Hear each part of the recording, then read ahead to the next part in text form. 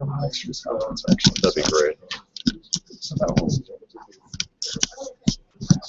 about $250. So cool.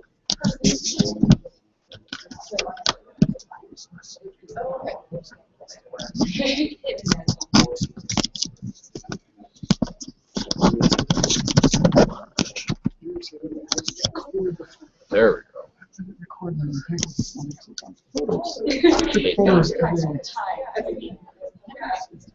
There were two set up though. Only one of them was running out of time. The main one that was easy to take photos of every minute through presentations every 2 minutes. So I had lots of pictures. Well, pictures are better than nothing, I guess. Yeah, and a couple of lightning talks I got. Then the other camera died. So it's just Technology, you gotta love it. you know. This is why it's bad. Technology. You have too many things to think about. If I click, can I turn one of these off? It'd be nice if we could. But that doesn't seem to be the case. It's I mean, very nice. all I can do is just Yeah, if go you to set it over off. there. Then it really turns it off. I had that one. And,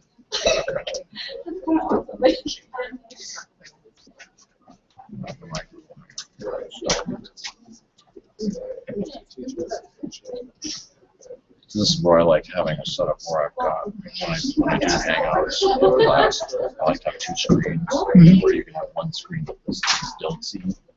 Yeah. I like that anyway. Like when I do my laptop, I Always. It's much better. But I guess they don't have two monitors here. Oh, right. You know, saying I have to let him do session, but I just want to be a facilitator and I'll drop in on the discussion after we get the one. The other question is, can you log in your laptop so that we can do the before you run out of Yeah, net? actually, It's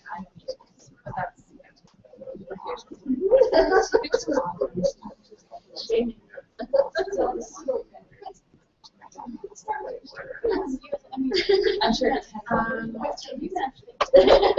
Likely, I mean, once you take I was on TV.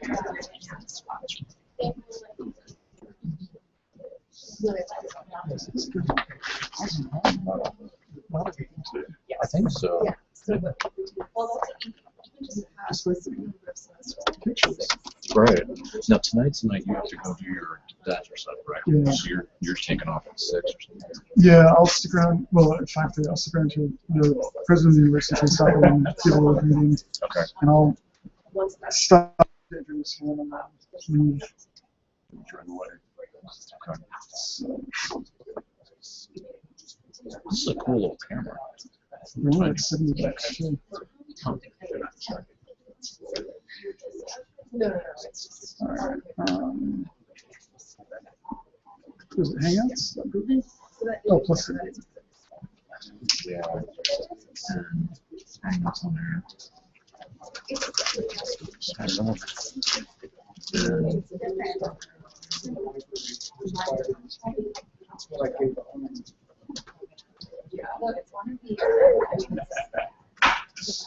Kevin's been on his way in about a half hour, so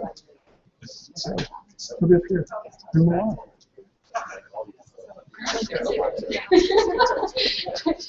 So, He's doing stuff tomorrow. No, Brian.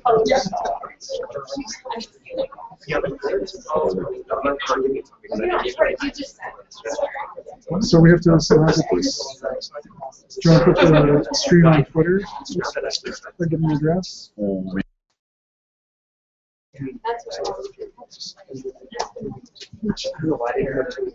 not sure what's going on here.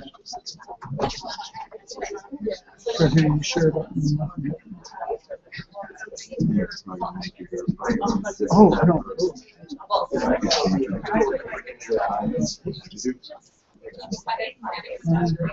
Sure. Yeah.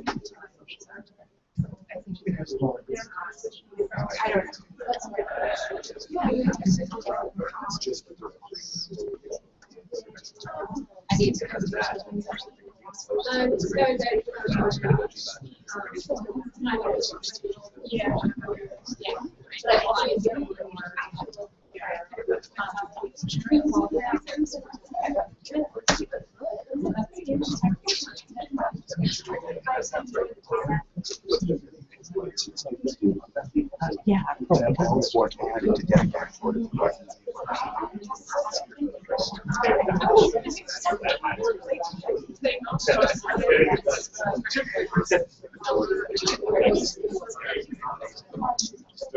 You sure? Oh.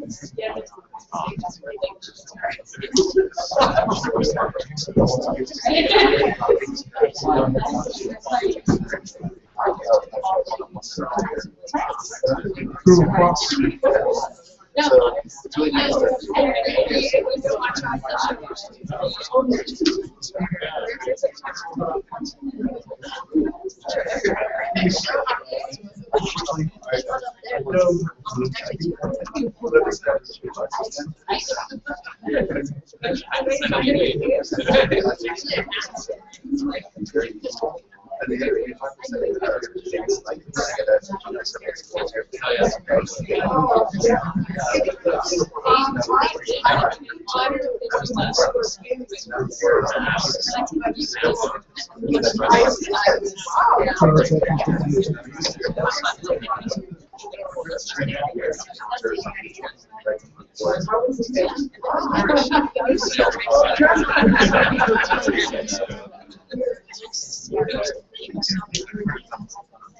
I'll even sell it. So what aspect of acceptance is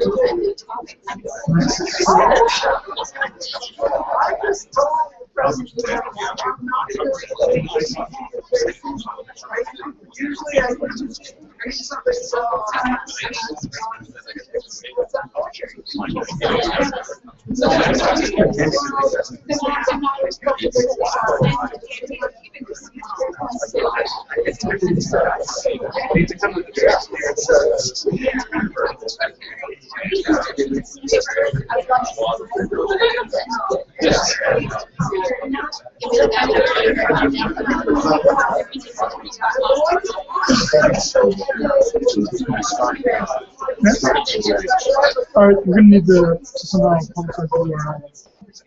Since you're on We'll do that. We'll do that. Oh, I think I can do that. So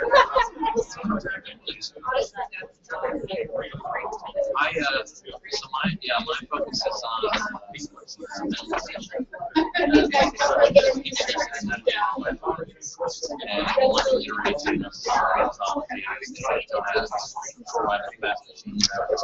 Yeah, you should acknowledge the program for that too. Seems like we have to acknowledge that. Acknowledge the program. Since we're doing part, you're doing on it.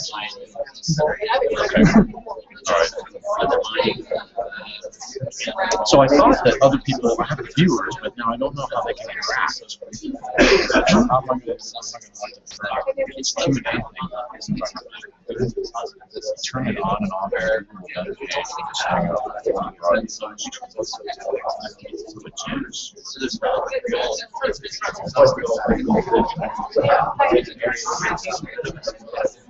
Oh, this is back before you even started. Yeah, no, I'm started, but I don't know how to get more people in here.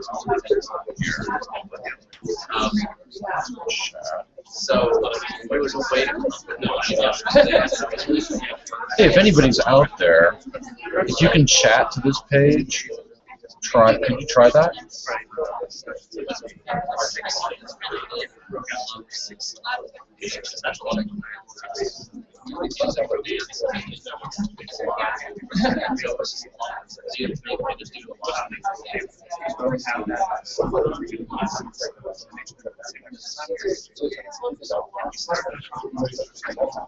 The other thing I'm wondering is, can folks hear me?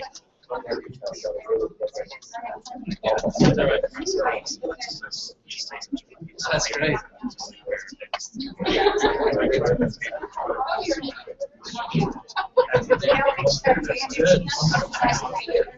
Very good.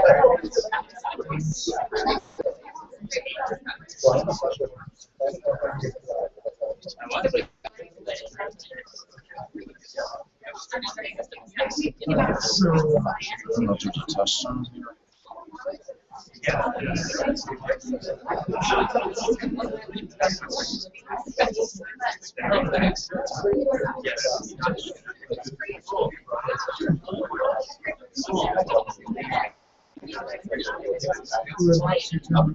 know we're gonna have to get moving here. Okay. All right, folks. If we could go ahead and try and get things started here.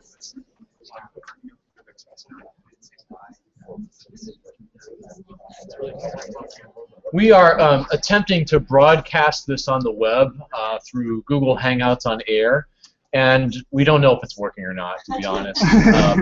We have some people that are viewing us, but we're not sure if they can interact with us. So maybe that's working, maybe it's not. But we'll go ahead and get started, and it's working. Yeah. Okay, you're getting some comments or something? Oh, you're watching it. Okay. Yeah. All right, well, we're going to watch ourselves, watching ourselves is the plan for this Unconference. That's mostly what we're going to do. So I'll take this down for a minute so we don't have to look at that. The first thing, so the idea of this Unconference sort of came about when we were talking about, every time we have a Teaching Music History Day conference or something like that, it seems like we always lecture at each other about not lecturing. And I think you're all sort of familiar with that concept. You go to a conference. We as scholars are used to interacting in this way, and so maybe it's not so bad. I mean, we're the ones who got through all those horrible lecture classes and seemed to thrive. So maybe it works for us. But we're always looking for ways to make Teaching Music History Day a little bit different and to model other kinds of interactions that we could have. So one thing that we came up with was this idea of an unconference. And the idea of an unconference is that instead of having a plan where everybody submits their idea, everyone prepares something and brings it and just disseminates it to everybody else, it's really a little bit more like a discussion. And so we have some topics. We will vote as a group on what topics we want to discuss. Anybody can then be a presenter. Anybody can be a discussant. We can have a facilitator or not, and so things are going to be a little bit more up for grabs here, right? So I think the first thing to do is to talk about the ideas that were submitted to our website, and we're going to vote on those to see who wants to talk about which ideas. I think what we are going to do is pick two. We can go to, I mean, the idea is to get kind of a seminar feel, so we have 4 rooms we can use for this. We can break down as far as 4 groups. We've got 45 people here, give or take, so yeah, 2, 3, or 4 rooms easily. So I guess we could vote and then see how that plays out. Sure. Do you want to give a little précis of each of the, sure. The topics? Hopefully you've seen some of these on the website for the conference. I'm going to give you kind of 1 or 2 sentence versions of each of these proposals. If you were one of the people who submitted one of these, feel free to add on a little bit, tell us a little more about it.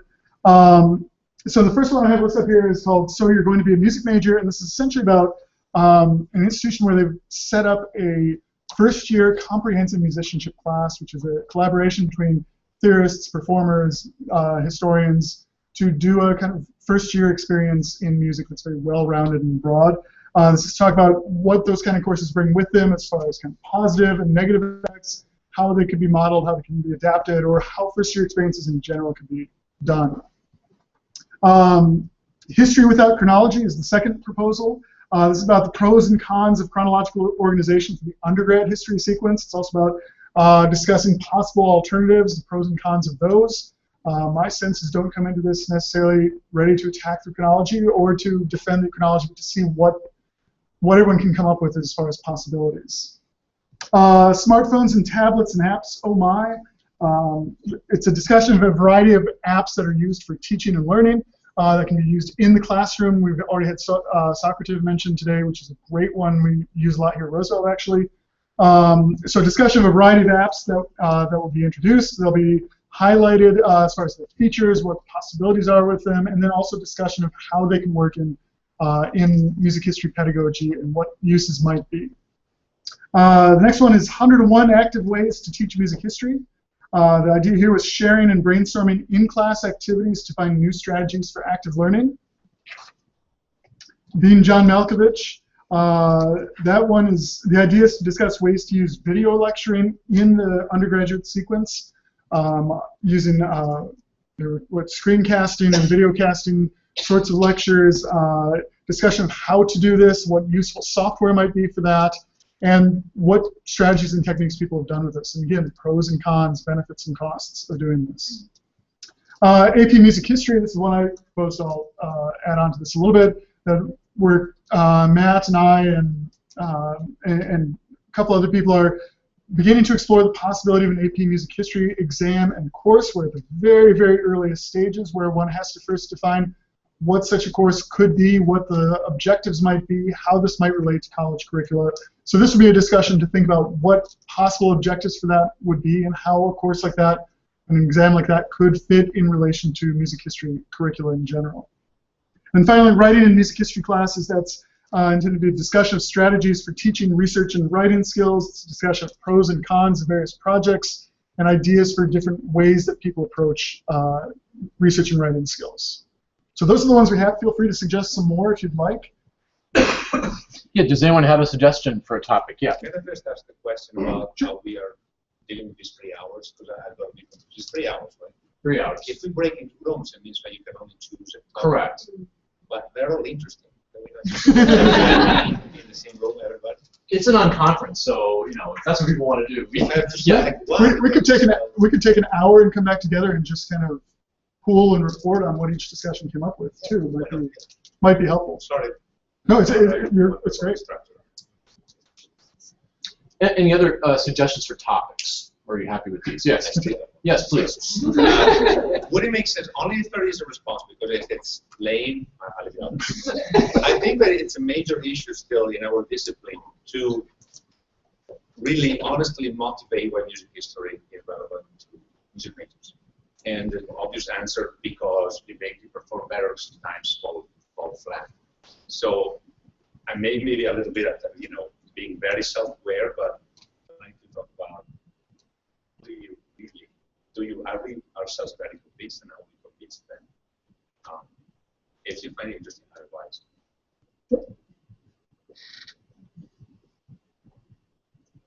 Do we expand that to multiple audiences, including non-majors?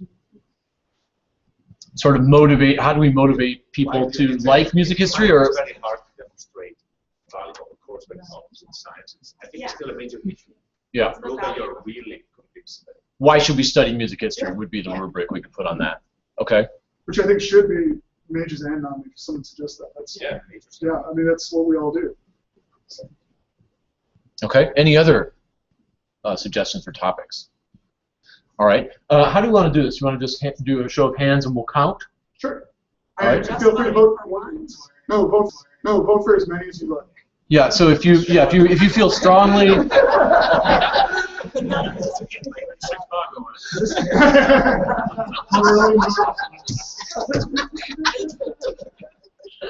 All right. Go ahead. So I guess I go introduce in proposal number 1.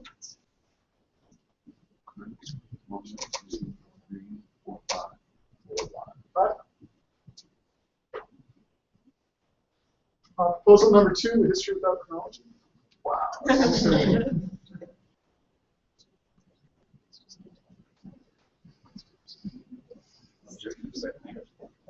7:27.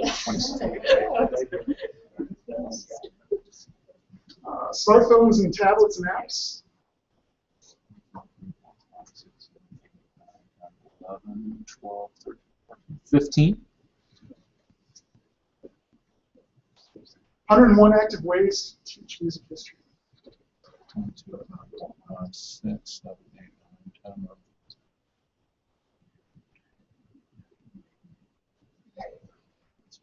Call it 35. And then being John Malkovich, video lecture. I just want to watch the movie.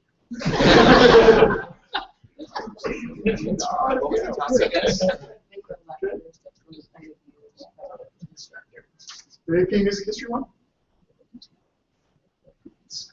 1, 2, 3, 4. 4. And then writing and music history courses? 2, 3, 4, 5, 6, 7,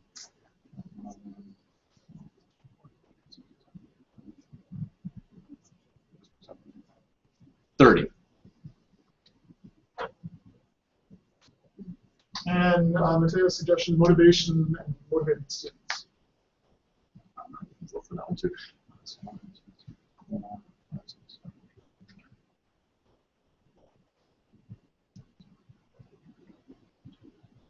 24, 25. I was going to say 25. So should we break into 4? You want to do 4? Should we do all? Should we do the top 4, or I guess maybe we should vote now on do we want to break up, and if so, in how many groups? So do we want? We could further narrow this down by just doing these 4 topics. Yeah.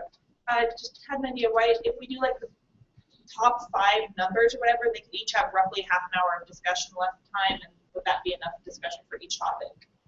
All in one group then? Yeah, just all sit here. Because it seems like we all want to go to the one. Sure, why not? Okay. So we're going to do the top. We're going to do the top 4, and then the 5th one if we still have time or something like that. Yeah. Okay. All right. Now, would it make sense to give people a little time to think about each one, or should we just launch into it? Should we have a moderator for each one? Just go. Go for it. Just go for it. Okay. We can do that. Yeah, get rid of the ones we're not going to do that. Yeah.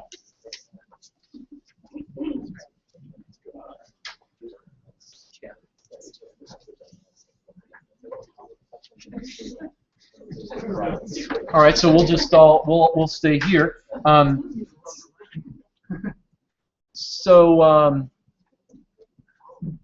We're going to start then with 101 active ways to teach music history, and we already heard a number from Kirsten's paper and a couple other things that we've already heard today.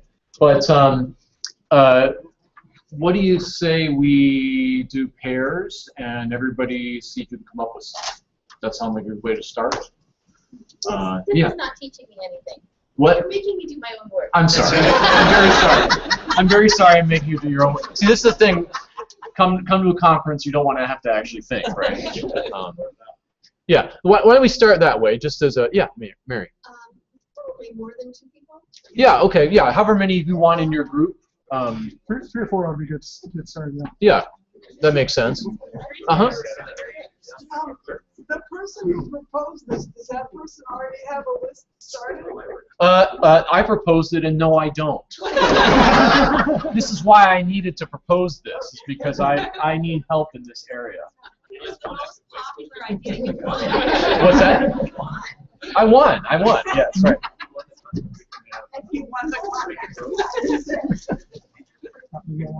Okay. All right, I'll forge ahead.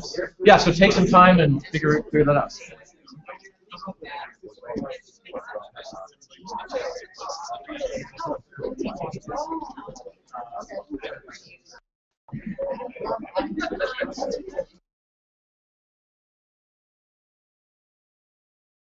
By the way, those of you who are watching,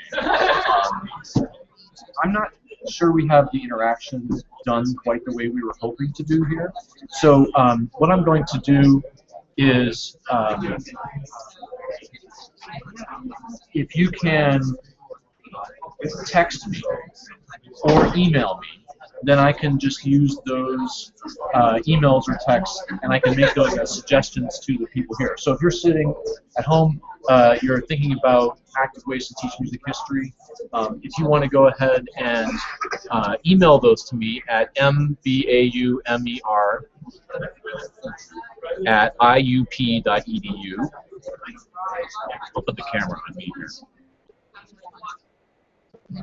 So you can email me at mbaumer@iup.edu.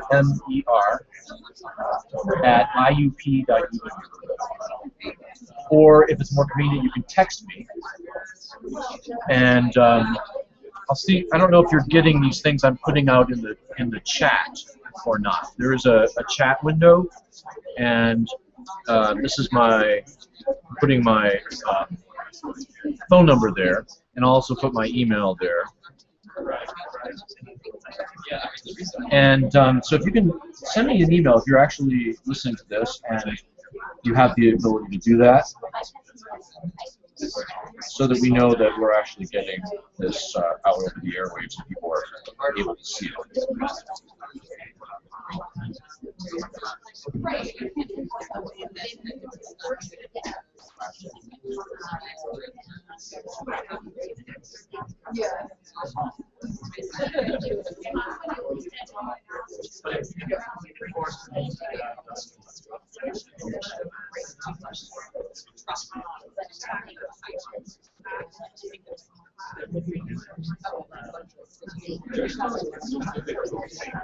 Okay, now I'm seeing the things that people are responding on my Google Plus page. I have to apologize that I'm so clueless about this. We just sort of decided to do this at the last minute, so if you send something to the Google Plus page, you can comment on that, and we can see your comments there, and I can report them to the group. There's supposed to be a way that type the email in the chat. I can do Twitter as well.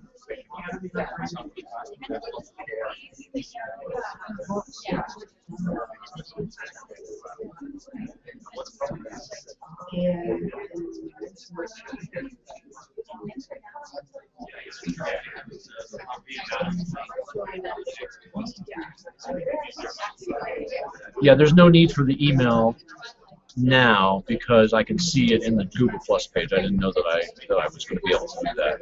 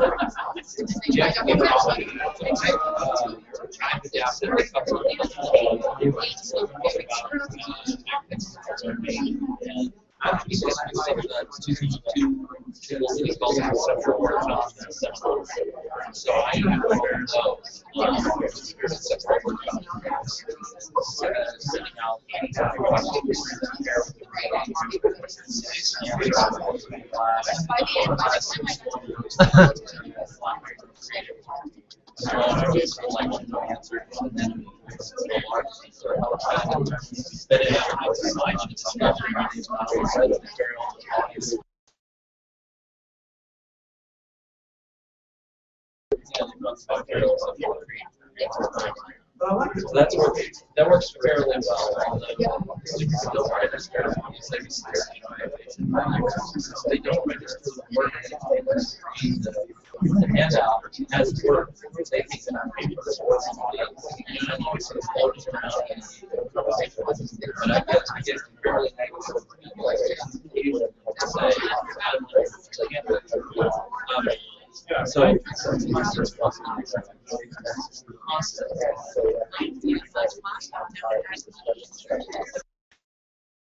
but I guess fairly Yeah. That's what I think it is. Rather be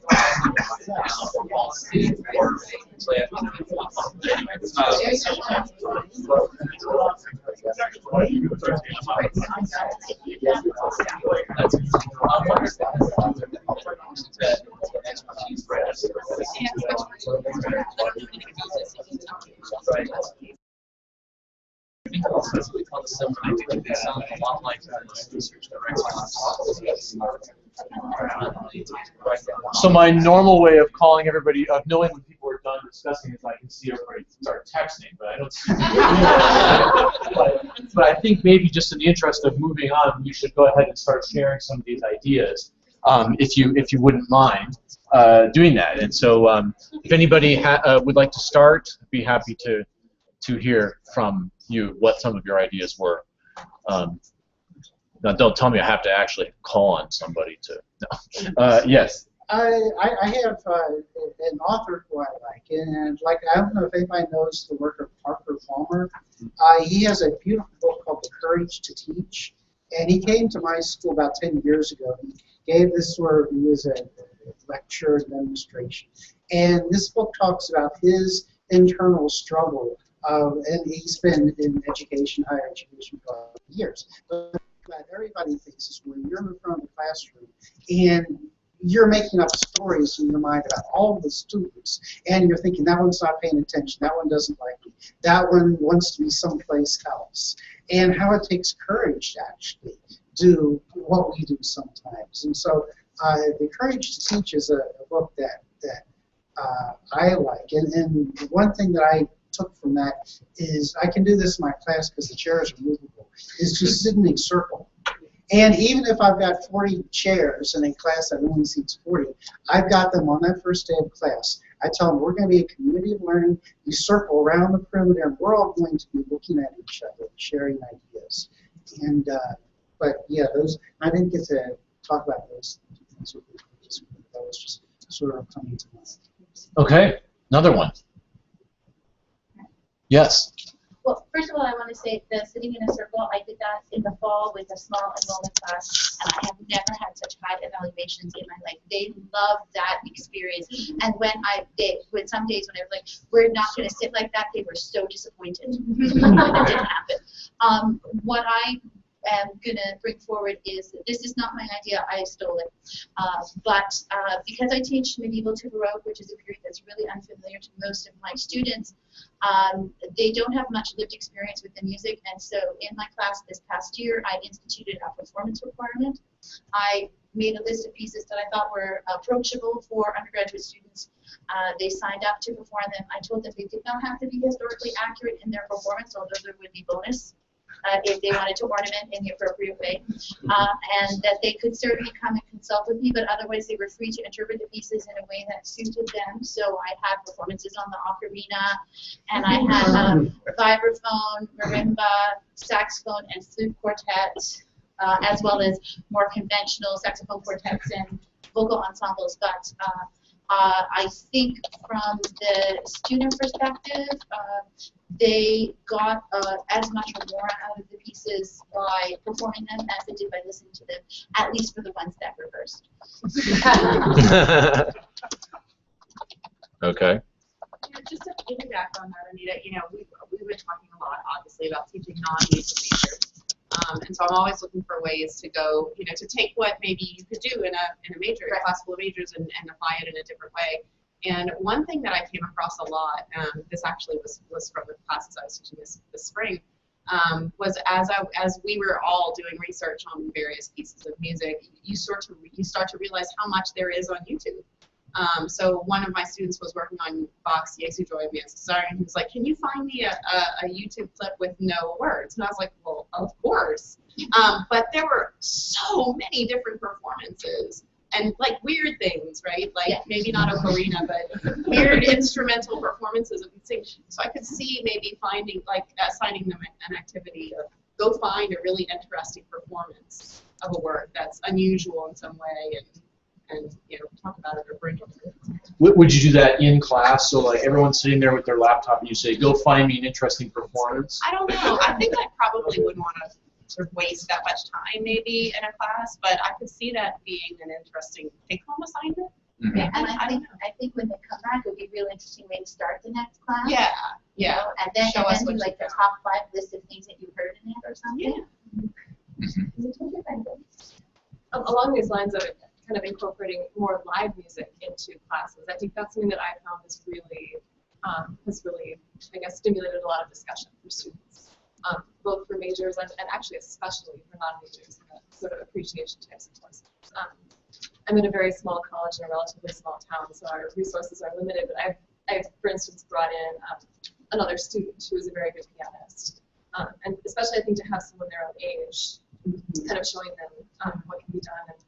And I just taught our Intro to Music class this past spring and incorporated more live music than before, with really trying to get them to hear as much outside of their CDs or MP3s as possible. I think it really made a big difference. Staying with live music. I teach a lot of non-majors, I teach a lot of appreciation of this particular majors as well.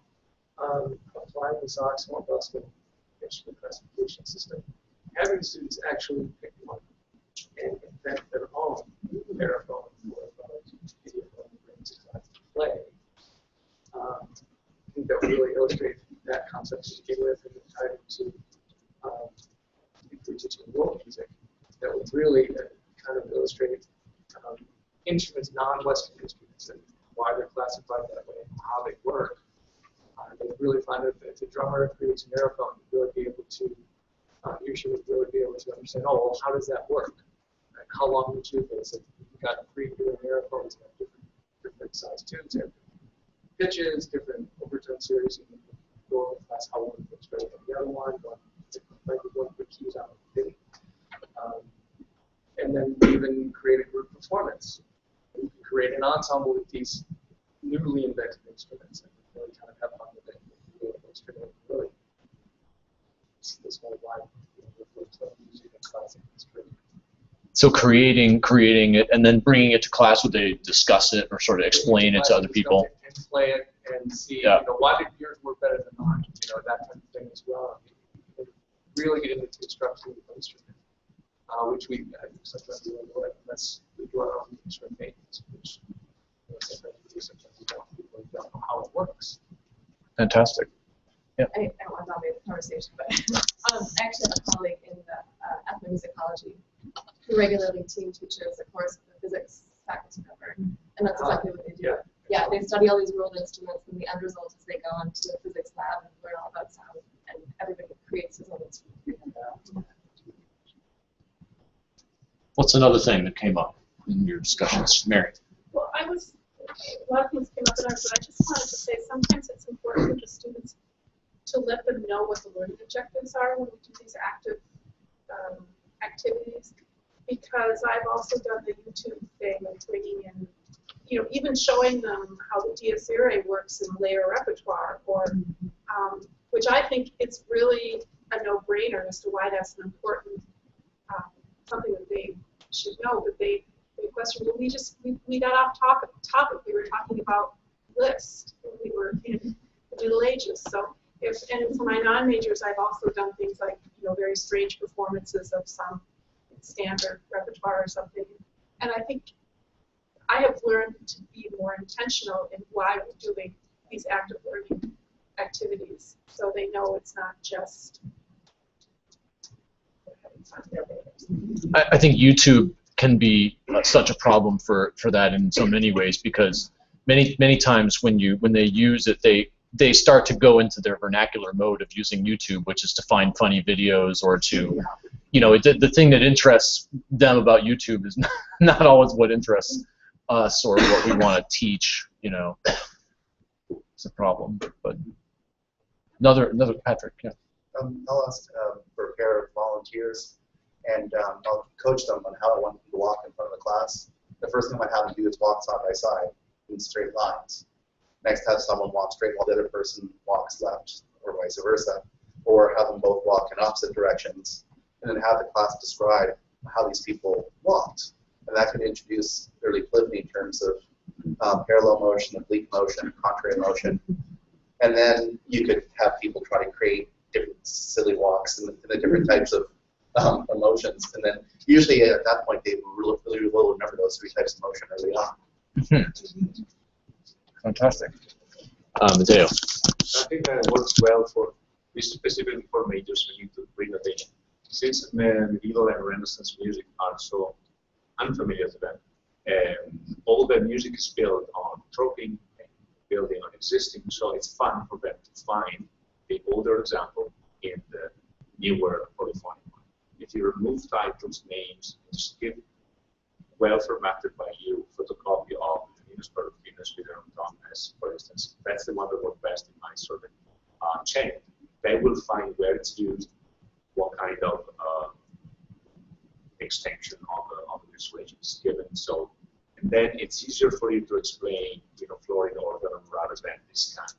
If they started finding something interesting, some connection, then you can add the listening. They need to be reading notation. That one worked very well with everybody finding engaging the discovery, treasure hunt, to finding borrowed pieces later. Mm-hmm. Just like that, to tie it in for younger students in particular, playing something like the Beastie Boys or other music where there's a lot of sampling. Yeah. So you introduce the idea of sampling in a way that's close to students' hearts, and then show, well, that this is really. Actually, if I had to do it again, I would do it that way. Use some more modern music first, and then see how similar things happen. Yeah, because then you can sort of say, oh, you think Little John is new, or you think Beastie Boys are new? Let me show you the old school gangsters. I hate to remind you that the Beastie Boys are old school at this point too.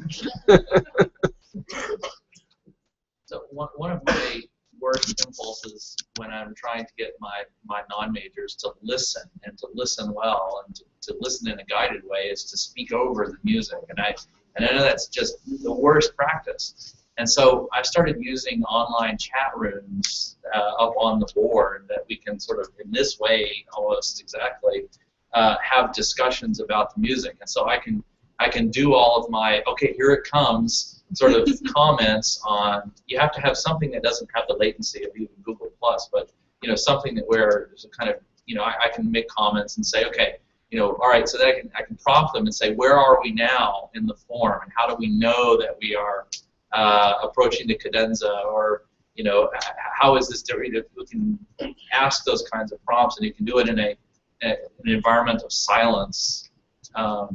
And my institution, everyone has a computer with them, so that's the technological threshold is low, but and a way to active listening, be engaged, and having a discussion that's silent. And that looks very different to us, of course. Like, I'm thinking about my daughter and all of her friends. They'll be sitting around at home, and it's absolutely silent. It looks like they're completely ignoring each other, but they're texting each other. Yeah. And it'd be a little bit like that. Absolutely. I'm going to ask a question, actually. You're teaching with your non-majors, Right. so they're not looking at the score. No. Because I agree that talking over the music, as tempting as it is, Yeah. students hate that. Yeah. And but my students are always looking at the scores. So Yeah. it seems, but in that. That is the difference, Yeah. I think. And I need something. And I was talking about, you know, having a language to talk about recordings, Right. and I asked you that. It's useful to practice the language of form or whatever, and you can do it in a way that, you know, they can, for whatever reason, too, they're more comfortable in that chat room. They also get silly. I mean, this is the other thing that's a problem with these sorts of environments is, you know, for fun, my Korean student will start to type in Korean, and everyone will laugh, and, you know, you're off track. But it allows us to try to practice vocabulary. I can introduce vocabulary. And I think that, for me, is one specific way in which, you know, all of us were very different kinds of students in the music history classroom than our average student in our classes. Yeah. Because, you know, for me, listening to somebody talk over music and tell me what to listen for, that sounds thrilling. And Yeah. students hate it. well, my students, especially with 10-minute pieces, because their habit is to turn on music and do something else, Right. then the sound of music is a turn off. Not in the way that people say that, but they disengage, they fall asleep, they do the 1,000 things that they normally do listening to, especially this kind of music. Mm-hmm. And I think it's helpful to have them at least engaged with the chat room, if not the music. Mm-hmm. Do you use any kind of listening guides that you create, or some pre-made ones that you could have on the board, and then like in PowerPoint, or just have boxes move? That's what I've done. In real time, you have the boxes. If you're approaching, you have to speak over it and see it happen. Well, I do use those, and they're great, except that they still permit passivity on behalf of the student. So at least the chat room, they'll have to answer prompts, and it's public, and it's on the board. I use Socratic. I want to recognize some of these contributions that people are making online. And I don't know if you can, I'll make these a little bit larger so you can kind of see them. But there's actually been quite a lively discussion going on among the people who are viewing this online.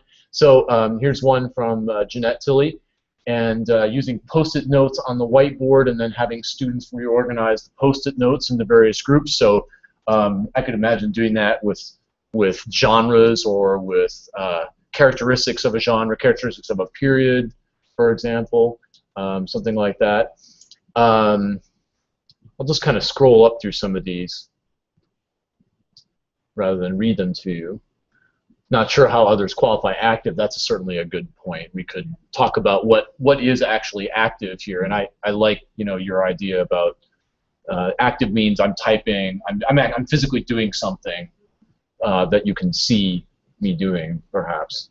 Yeah, can I say something about that? Yeah, absolutely. We were talking about this a bit in our group.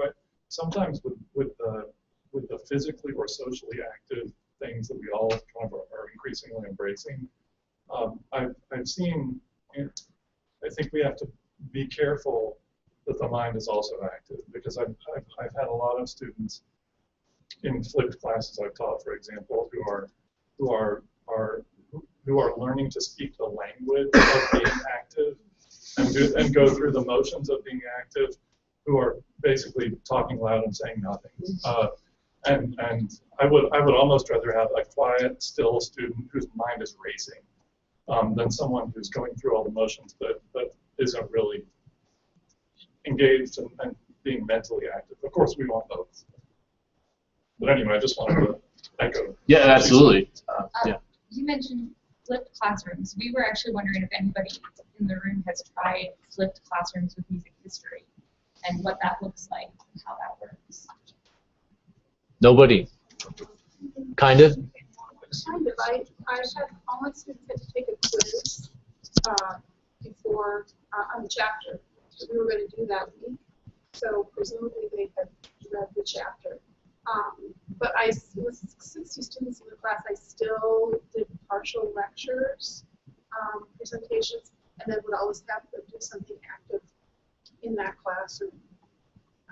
Either, short response papers or group work or drawing, analysis pictures, and things like that. So did you use the quiz as sort of a diagnostic on where to focus the part that was lecture, or how did that change? No, I just used the quiz as a motivation to get them to read the chapter before they came to class. Or at least open the chapter, because they could just sit in the chapter. I mean, they had 30 minutes to take a 10-question quiz. So they could sit with the book in their lap and read the question and find it in the book, but they would have had to at least skim the book to know where to look for it. So it was only a guarantee that they had actually opened the book. And you mentioned that you do some. What do you implement now? Yeah, I mean, there's some views of flip that just say any kind of moving content delivery outside of the classroom is flipped. I don't use the videos, but I do require a reading, and then I do the questionnaire before class, and then in class. That's essentially what Mary just said. I attended a webinar of Macmillan. It was on the flipped classroom. So I'll share those ideas as I remember them. A similar chapter or a section would be assigned from the textbook, and then online quizzes would enable the professor to know whether they would. So there would be directed questions, like development of author of the book, something like that. And then, and I want to ask anyone's experience, she has all of her students buy a $5 recorder. So they have to learn to play an instrument. And it's very simple, but they'll have to pick out tunes and naturally compose. When you're doing medieval music naturally composed, they choose a text, they find them in little groups, they compose a tune for it. So I wonder if anyone has experience, these are all non-musicians. I wonder if anyone has experience with this, actually getting them to make music. I actually do that in a theory class for teenagers, which is mostly for learning how to read music notation. But they were really, this particular last year that I taught it, they wanted to learn an instrument. So I said, all right, let's go get some recorders. And we ordered 30 recorders, and they learned, and we did a little concert. They didn't compose for us, though. That's a great idea. And I would say, Adriana, who is not here this afternoon, was telling me about, she had a class of non-majors, and she told them to find instruments. They could make them out of anything, and then they brought them back to class to play. So the science students came back with a bunch of beakers and test tubes and proceeded to bang away on those, hopefully not with bed breaking. But I think you could do a similar kind of thing with non-majors if you brought kitchen utensils to class and a bean shaker. They could take off with that. And you could even ask them to design, if you wanted, give them some markers and some Bristol board and say, here's the sound, now make a diagram that represents the sound, and you could compose a piece, and you could even make them make some kind of notation that would tell people what instrument to use, right? They could theoretically design some kind of thing, maybe they make a squiggly line for the bean shaker or something. So they could even compose and notate a piece. I think non-majors could do that. So what would the learning outcome for something like that be? I don't have to direct that to you. Yeah, no. I teach the same class with Adriana, so I can answer that question. The learning outcome is that this is the May term course, and it's 4 weeks long. It meets every day. And week 3 is when we tackle the 19th century, and we use program music as the thing to sort of tie together the whole week. And so the piece that the students compose has to be program music. So they're writing programs, they're inventing instruments, they're composing music in the way that all the composers we studied that people do. Yeah, we've had a request to speak up a little louder for the microphone that we have. People can't necessarily hear they hear me a little bit better because the microphone is right here, perhaps. But just a couple more of these from online ones. The performance idea people really seem to like in this group, and there were some comments about that. That it can be difficult, of course, for students to put together performances of Renaissance music, also, but that's where the collegium idea came from, of course, why we had collegia in graduate programs, I suppose. I did something related for a learning outcome. You're teaching leader, for example. If you bring the poem and you say, pretend you're the composer, what words are important? Given the possible forms, which form would you choose and why? Which words do you think, well, how would you set them? So even if someone isn't a music major, they could still probably tell you, yeah, it wants more intensity here, or I go softer here, or lay back this, or this form makes more sense, because you don't even need to be able to read music to do that. So it's a way for them to apply all these elements of art. Yeah. I do that same exercise with non-majors with the English madrigal. If you plot as if it was descending, it's almost like madrigal paint by numbers. And they get almost exactly the same things that happen in the actual piece. And they feel really good at the end of that because I tell them they're now composers because they've done the same things a composer would do. So the learning outcomes are very clear then, right? Because how does one attempt to model the creative process of composers getting the stylistic time given certain constraints? Mm-hmm. Right. Mm-hmm. Here's another idea. Had the class create a 12-tone row with each person picking out a note till the set was complete, and then you could even start to do a composition with that when you're teaching 12-tone music. Let's see. Active learning, as we're understanding it, is antithetical to the MOOC idea. Maybe Mary can talk to us about that. She's going to give a paper on MOOCs later on. Yes, we were talking about recorders and using recorders as an active learning thing in an intro class. I'm interested. It seems like a lot of these ideas that are coming out are things that work better for intro classes, and that we come up with these ideas for intro classes, and even it's like we're going back to not to make any fun of the recorder idea, but it's like we go back to grade school and remember how fun it was in music class to do some of these activities, and in a way we are doing kind of general music education for a college class. What about things for the music history sequence or the survey? That's really where I get stymied. Yeah, in the back. When I teach Dido and Aeneas and the bass line, I have students line up in the call for volunteers, and I pick them. And the chairs, each one gets a note, and when it's their turn to stand, the note plays on the ground bass, they have to stand up. And I've had students come back to me 2 years later, can't remember the thing about my pro class, except for I remember the ground bass because they saw their friends standing up. That's fun. Yes. In my music history survey, I started at least this year having students explore scholarly documents and talk about this maybe before I actually lecture about it. For instance, at the time when I talked about the first movement, I divided up my class into 4 sections, each one taking one part, the woodwinds, and then the cello, the piano part, and having them look for patterns or treatments of time, tempo, etc. And having them see if they can find them before I talk about his use of his imitation of words, sort of a pattern of almost isolated all the time. So having to explore that for themselves. Another thing I do when I introduce Italian opera is I talk about the different commedia dell'arte characters and actually have them improvise commedia dell'arte scene on stage so they can imagine different characters, different roles, and then talk so that different characters can appear. That's actually one of the most active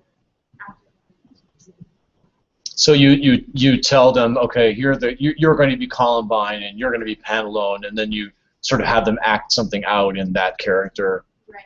and then relate that to Serra Padrona. Okay. Then they remember the characters, the plots, and the music. Uh-huh. And then take that up all the way up to Strauss. If we did it non-chronologically. I'm sorry, I didn't catch that last part. Right, that could then go all the way up to Strauss. It doesn't have to end.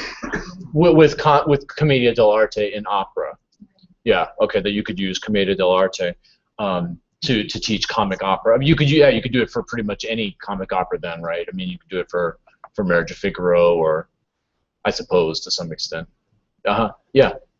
I'm curious to know how many of people here and people online who teach survey courses ask students or require students to do active, engaged types of activities or writing exercises outside of class also, because at Lawrence, the four of us who teach the music history survey, we all have our students do these journals that where there's a prompt and it really corresponds to what we're covering in class very directly, and a lot of the activities that people have been describing here are very closely related to the stuff that we're asking students to do outside of class. So I'm wondering if, we're talking about in-class active learning. Obviously, there are ways to engage students in a lot of similar ways outside of class, but I'm just curious how many people do these kind of outside of class assignments that are hoping to engage students in a way that's more active than just read this, listen to this. Mm-hmm. Yes. Well, the last year, which is my second year teaching the survey at my institution, I started giving them homework, not just reading and listening in the syllabus, but actual prompted sheets for the reading and for the listening, and so they come to class much better prepared, which I think in general is one of the goals of the flipped classroom model, and I think this is a case of we're different from them. When we were in class, of course we did all this stuff naturally, or if we didn't do it before class, we could do it well enough to do well on tests and exams. My students, I find, need more guidance in how to be prepared for class. So that's a lot of the active learning they do outside is more guided before they come to class. Yeah, that sounds similar to what we do. Can we just see as to show of hands? I'm just really curious. How many people do assignments like that with prompts? So just like about. Do you grade them? Oh yeah, I spent a lot of time grading them. Yeah, I mean it's the bulk of the work that students do in the class. Okay.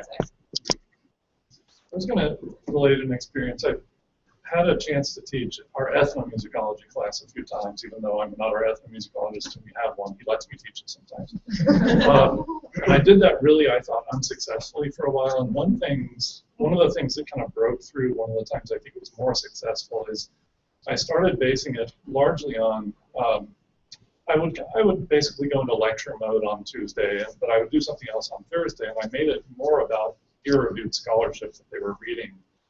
And I basically came up with, and this was 114 students, so fairly large, all music majors.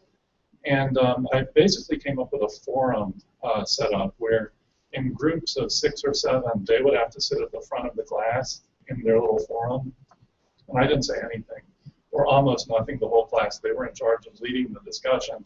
My worry with that was that the other 90 or 100 students would then be very passive, but the opposite happened. They were actually much more likely to chime in when one of their peers had said something down front than they were when they didn't want to interrupt me, but they were fine interrupting their peers. And I was also, they had a rubric. They were actually graded very kind of severely, but they had to, really do their job and be experts on the reading for that day. And that's ethnomusicology, but I've actually been toying with the idea of, we have a 4-semester survey, so in music history, so we have kind of the luxury maybe of implementing something like that. And it's one way, I sometimes think we do ourselves a disservice that we don't bring more scholarship into class. And whenever I do, the students kind of perk up, and you read this in Burkholder, but how do we know that? They kind of like the detective work, and having them read a little bit of, even if it's 10 pages in an otherwise lengthy article, and come in and be responsible for that in an active way. I haven't done music history yet, but I think I might. Mm-hmm. Yeah. Kind of partially building on that, something that I've done in my theory classes is I've given a section out of a chapter or whatever to read to the class and prep. They basically have to prep the lesson plans for the day, and they prep the lecture. I walk in, I give everybody, or most people, not everybody, but it's at random, what parts they're going to cover and when they're going to cover it, and then I sit down and let them take the class. And it kind of gives a little bit of fear factor that they all have to be prepared, so they're all engaged and they're all ready to go. And it is great in the sense of that just their ability to articulate what needs to be explained. How then do you deal with the perception that as a professor you're not contributing? I found that there are still times to facilitate, still times to intervene. You end up taking more of a moderator role than anything else. Mm. I do a similar thing to that. I mean, I have a lot of music education students in my classes, so I have them teach. I call it teaching, and I have them do a group presentation where they have to prepare something to teach. I usually will give them a topic that either I haven't done or that I will not want to do or whatever. Anyway, then they will prepare something together and teach that to the class. Then I have to tell them, though, now you can't just lecture because the thing that they would maybe want to do would be that. So I have a rubric that says you have to engage the class in some way, and these other things. So it's very similar to what you're talking about. Yeah. I just wanted to bring it back to the comments from the website, Jeanette and Bob talking about debates in class. I think that's something that can be really, really useful, successful. In my American music class this past spring, probably the one day that they got all really psyched up and engaged was a day when just sort of spontaneously I had them get into 3 different groups and debate and defend the positions of folk versus popular versus classical, and sort of defend their style of music as the most important, kind of. And it was just kind of on a whim, and they got so invested in it, even the ones defending the position of classical music, which is not something that my students are really listening to on their own. And by the end of the day, I feel like they had a pretty good grip on how they connected with one another, where the overlaps were, and all that. And the funniest part was at the end of the debate, they really, really wanted somebody to win. And I said, well, you all win. And they were like, no, that's not fair. But it was, they really got pumped up about the activity. Yes. To piggyback on that idea, actually what Bob says there is something I've done, where I've given an assignment, a short writing assignment, usually based on an article or something, and I divide the class, say 4 and 4. I say, you're on this side, you're on that side, argue for that, and then they write it up, they come to class the next day, and I flip them. I say, now you're arguing the exact opposite position. And it really makes them think, as Bob says, about why they were defending their position in the first place. And then they go at it, and then at the end, they was a winner, of course, but they really have to think through why they were thinking what they were thinking versus the other side of the position. They get heavily invested in it, in my experience. Mm-hmm. Yeah. That's an alternative. Those are great ideas. You need something a little shorter, especially for reviews. I like to do sort of a family feud type sort of thing. You cut your class into 4 or 5 groups, and then you have different topics, and you pose certain kind of questions and which answers accept and which ones aren't. So it kind of gives that game show competitive bit, and when people want to win, there's a way of keeping scores, right? So it's a very handy way to get students actively involved in a review session in a competitive sort of. You can really use credit. Okay. Mm-hmm. Yeah. So using that competitive approach, that wins well. Some of our professors at my school actually have games in the history class, for example. So you're actually role-playing different perspectives, and it's to good effect. Does anyone have any experience doing that with music history? That's my question. Do you? Yeah. Yeah, this is sort of a exercise that I call story time. And the students are assigned, each one of them is assigned to write a 2-page biography of a fictitious person from music history. Not a composer, but let's say a student of a composer or somebody in the audience. Or an assignment could be, it's like saying it's Good Friday, 1726. You are in the congregation of St. Thomas Church. Who is this Bach guy? What has he done? What do you think about it? And I tell them it has to be substantiated by correct sources. It has to be informative. It has to be scholarly. And so this kind of does something like you were talking about, writing outside class, and it also brings it in, allows them to sort of have the class discussion. And talking about debates, I use it for the Artusi-Monteverdi controversy. And so I won't have one be Artusi, one be Monteverdi. I'll have one be a student or a writer from each camp, or something like that. And then they'll bring it in, and sometimes I do switch it up. And yeah. So every year I think of ways to tweak that. It's something that I like to do. Mm-hmm. I did that with no majors, so one of the colleagues I used it to works very well. The three situations to choose were you're attending a concert of Paganini in 1827 Europe, I think I gave a specific place, or you're attending Marian Anderson recital at Lincoln Memorial in 1939, or you're attending Danny Barenboim playing with this orchestra in Palestine. Nobody saw that. And Marian Anderson, huge response. I was struck by two, like I will say very quickly. One person wrote of Martin Luther King, and I checked the chronology was correct. I don't know if it's historically proven, but probably yes, attending the Marian Anderson concert, being inspired, and also the data matched, and then going on to their speech board.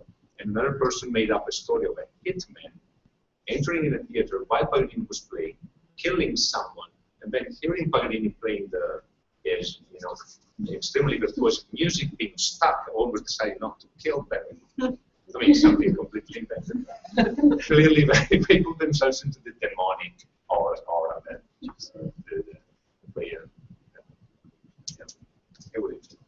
From role playing to creative writing, I guess. Yeah. Yes.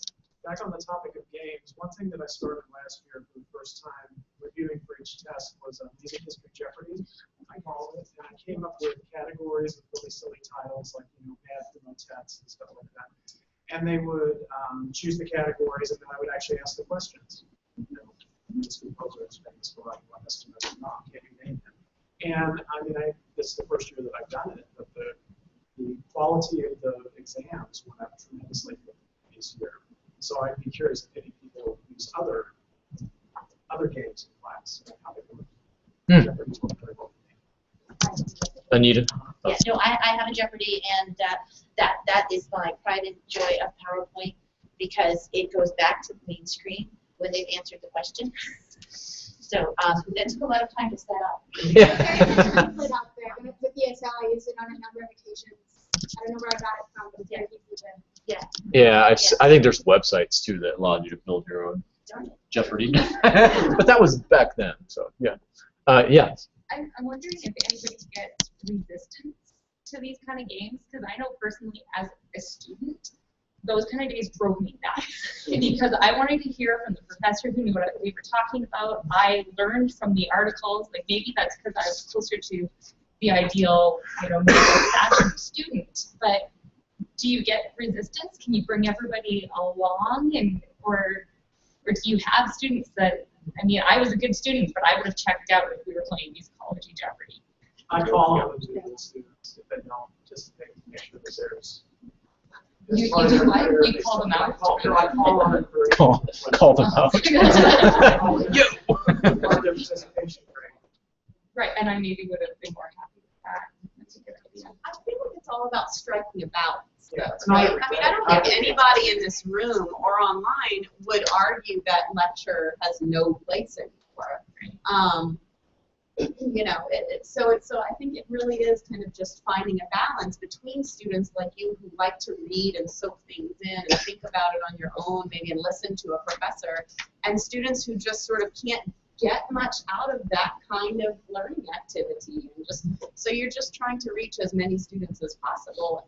always knowing that somewhere, whatever it is that you're doing, there's going to be at least one or two of them that aren't really wholly engaged in whatever. Because it depends on them. Yeah. Kind of going off what the last comment was up there, if we're not fortunate enough to luckily have 4 semesters for the survey, I've only ever known 2. How do you kind of integrate this while still making sure they learn enough stuff? Because there's thousands of years of music history that we have to teach, and I've never been in a class where there's active or integrated learning like this. I should say that when I said 4 semesters, sorry, that includes ethnomusicology. 3 semesters plus that. Sorry. I know. Don't beat me up. Sorry. Yes. What I've started doing is spending more time in interactive activities, but still assigning a lot of pieces really normally. So I still expect students to be familiar with it on their own. I expect them to do well in their own.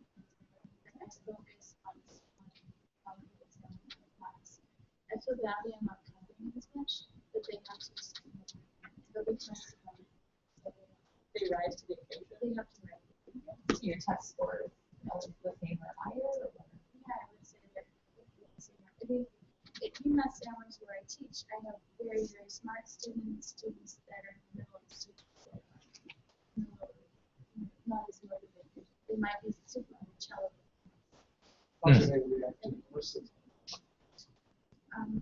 This past year, I did more interactive activities with course of them. I mean, it wasn't very good, they were just over the top. This is my favorite music history class. I hated music history before I took this class. And now I'm doing it. So it's been very positive. I still lecture, but oftentimes I'll lecture after I do the activity. So I introduce to the topic when I present their interest. Yeah, Anita. Well, I think what it really boils down to, it's a question of quantity or quality, and you have to make a choice, I guess, between covering a lot of things or covering one thing in depth. And if you choose your active learning activity appropriately, then you can do something in depth. And I do think there's quite a lot of scholarship that argues that students will retain that information and be able to apply it in other situations. So I can have my students work through, the verses of Ave Maria by Josquin and figure out, what's happening in each verse and why are they all different from each other. And they will learn that a lot better than if I show them a bunch of PowerPoint slides that explain the same thing because they've done it for themselves.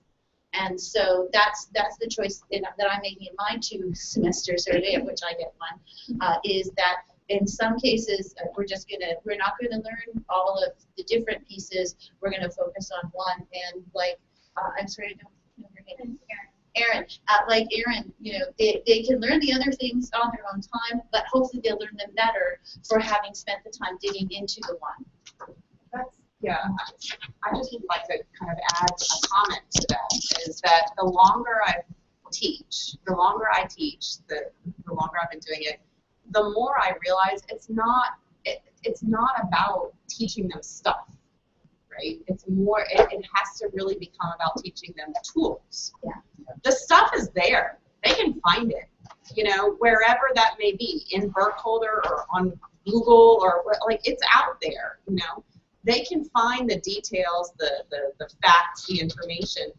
I'm realizing that it's our job to teach them to find it in appropriate ways, in careful ways, and to give them the tools to be able to do that when they need to in the future. Right, by using these examples, which I think is what you're saying. And that's where our training is sort of antithetical to that, because I think most of us in the room probably did comprehensive exams where you had to have all that information in your head. But that's so old-fashioned, right? I mean, you would never. Now you could find all that information on Wikipedia in. Right, it's right here. Yeah. Yeah, I have a phone. What do I need my head for? Yeah. I think all these latest comments touch a central issue that we have, and it is summarized by the problem of the verb to cover. Learner-centered teaching encourages to forget about cover and move and focus on use rather than uncover content, use content, which means develop skills. I think that there is a tendency in that direction. If you see what Thomas Forrest Kelly has done for his music history book, he teaches 5 pieces, or he has a second version where he teaches 14 pieces in 14 weeks. I think the results, the learning outcomes are much better, what Anita was just saying. Because if they learn very well to the side, then they will see that another piece has elements of that style but on their own. But now there's something solid there that are likely to remember for longer if they sit with one piece for a longer time. I think we have to move away from the emphasis on content covering and toward the emphasis on using content specifically to develop skills that can be transferred. We're moving into a kind of philosophical discussion of active learning, which I think is really useful. I have a challenge that I want to open to ask for some advice, I suppose. And I apologize, it sounded like I was attacking you earlier when I was saying, what about the perception that you're not doing anything? Because this is a perception that I have been getting from students. And if student evaluations are going to be so blankety-blank important, then the half students, or the handful of students who say, I don't know why he's not lecturing, I can't tell whether he can or not. And of course I am lecturing, but there are a lot of, I do music history Jeopardy, and I'm working with non-majors primarily. There's a perception that, you could come in with your sort of stack of construction paper, and then, you're creating these activities. I don't know if it's as simple as what Mary was saying, having a learning objective clarified ahead of time. I'm wondering, how can we make students understand that, in a very selfish level, how much work it is for us, but also like the work that's being done when we're playing with kitchen utensils or playing music history Jeopardy. I mean, as somebody who teaches a lot of music education majors, I can tell you that I will get comments that are the complete opposite. If I do, they'll say, well, he may lecture, he lectures well, but sometimes there should be more active learning. And it may be a case of students' expectations catching up with, what you're actually doing. But that's just one comment from my perspective. Yeah. I teach in music at primarily music at school too, and overwhelmingly the comments that I get: less lecture, more active. Well, I teach in music education school too, and they're the ones telling me I need to put more on the PowerPoint and send them the PowerPoint, and I never lecture. So maybe I don't know what it is, but I think one thing I've noticed is, or one thing I've learned is that when I test them, I do also test them on content, the content that they were supposed to get on their own. And I figured out that they weren't getting it on their own. I gave them a review sheet where everything was, here's what you have to know, but because I didn't mention it in class, then I was wrong in testing them on it. So I'm just going to try to keep being more intentional and telling my students that this is just the way it is, and you have things that you are going to have to get on your own, and also to be more intentional about the skills that I'm teaching them in class with all of this active learning. And I think I need to help them apply it to other things, because I'm not sure my students get how to apply the diagram of Ave Maria that they've worked on to a Palestrina piece, or even to a 19th or 20th century piece that they're working on. I don't think that they quite have that yet, and that's one thing I've learned that I need to do better. Yes. I hate to backtrack one step, because that's an excellent point. But just to bring it back for just a brief moment, I think part of also the challenge with the active learning is finding things that fit what can be done with your own personality, your own teaching style. There are certain activities that we've discussed today that I think are fantastic, but I wouldn't dare try them on my own. Because I'd probably look miserable trying it. Two, the students would probably see through it, because that's just not who I am in the classroom. And some of us have different skills that are better. I know some that lecture better than others, and I know some that do active learning better than others, and it depends on the activity. it's finding the type of activities that you can use that resonate with you and resonate with the student, because that's when the connection can really be made. And it's going to vary from class to class, but you have a core repertoire of what you can use yourself. There are certain things I can't lecture on and be very, as effective as if I were to other things. I think this point about balance is obviously key.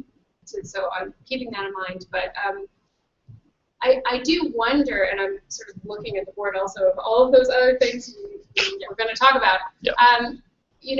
I don't know if everybody agrees with this, and certainly there is something to be said for sinking, one's teeth into a subject and really learning a lot about one thing. But I think one thing that we do in the classroom as kind of lecturers is provide an overview and cover. I agree that's not the best word to describe what we do, but there is something about that chronology that saying, okay, yeah, you can look up the details about this or that on the phone, fine. But actually sitting through a course from start to finish, and most of our courses, I think, are taught chronologically, provide a kind of overview that I think allows students to then put all of that information that they look up on their own into a framework. And so this is more a question than anything else. How, in my mind, that chronology is important for a lot of different reasons, and that's one thing that I can provide in the classroom as a lecturer, facilitating activities, whatever, but something that they don't get if they're just looking up the answers to different questions that they have, or doing a little research on some Mozart piece that they're playing one day and some Scriabin piece they're playing another day. So that overview is something that a lot of students sort of do rely on the instructor to provide, and that does bring up this question of chronology, I think. But yeah, I totally agree with that. And in response to this, yeah, well, music history is here. I mean, what a lot of people would read in those Wikipedia articles, they would not understand, right? I mean, there are things in a Grove article, a Wikipedia article, a scholarly article that don't make any sense to you if you don't have some of the basic concepts, in your quiver. And I think that is something that we have to do, that hopefully textbooks also do. But Jim was talking about the symphonic tradition earlier, right? And the notion that that Beethoven's Ninth is a touchstone for symphonic composers in the 19th century. Well, if you have that piece of information, you can make sense of several symphonies without having to know all the details of each one. Why is the finale of the Berlioz like this? Well, it's the anti-ninth or whatever. So those kinds of things, I think, reinforcing those themes that cut across chronology. I think maybe we've all had this experience that when you go, textbooks there are pluses and minuses to textbooks, but when you know a lot about music history and then you read a music history textbook that's really good, revisiting some things that are vaguely familiar and then getting all those details filled in, that's, as instructors, as experts in the field, we have a different perspective on textbooks and the way that we can use them to look up stuff than students do when they're just like, when they know very little, let's say at the beginning of their career as students, and they're just looking up something in the index, and it's, of course, that blurb that they read, or that Wikipedia article, or that New Grove article, or whatever it is, if you don't have that bigger context, it's hard to make sense of. Absolutely. Yeah. Well, don't you think one of the really great things about doing it chronologically, and that's not the only way to do it, but right. One of the really great things about doing it chronologically is that you as the professor then can choose that moment to make a particular connection. And you can make a connection forward, you can make that connection backwards, and I'll do that all the time. Yeah. And it'll, you'll find out most of the time you want to cry in a corner because you'll ask about something that happened only 3 weeks ago, and they're blinking at you like, what? What? Did we cover that? What? But many times you will catch them at a particular point with something you're moving forward with or something moving backwards, and they'll make that connection. That's the moment they'll never forget. And I've had students come to me and say, wow, you put it all together for me. And all I did was simply remind them of something that happened or look briefly forward to something they listen to on their own. And that's part of our job, is making those connections. And you really can only do that, or at least I can only do that, if I'm going at it from a chronological. Yeah. And this issue of context, going back to this idea to cover or to use, when people think about thinking critically, you need something to think critically about. Yeah. So the problem becomes, how much do you need to lecture or introduce in a very straightforward way before they have a chance to think about it? One example that many of us can cover, I'm thinking about my German exams, when I passed my doctorate. We were allowed to use a German dictionary, but it's not going to help you, really, if you don't have some kind of grasp of German before you begin, because you'll never pass the exam. In the same way, when we think about active learning, and we think about critical thinking, what I always struggle with is what's the balance between, how many verb tables must one learn, how much vocabulary must one learn before they can think about the language. In the same way, when we teach music history courses, whether it be for majors or non-majors, how much of it do we have to give literally before we can ask them to think critically about it? And I don't have an answer, but it's a question that's constantly in my mind as I'm developing syllabi, arranging class lessons, and so on and so forth. And I imagine the answer varies widely depending upon not only the institution, but different classes within the same institution, semester to semester. But if anybody has a magic formula for that, I would I would very much like to have you email it to me. Yeah, Ellen.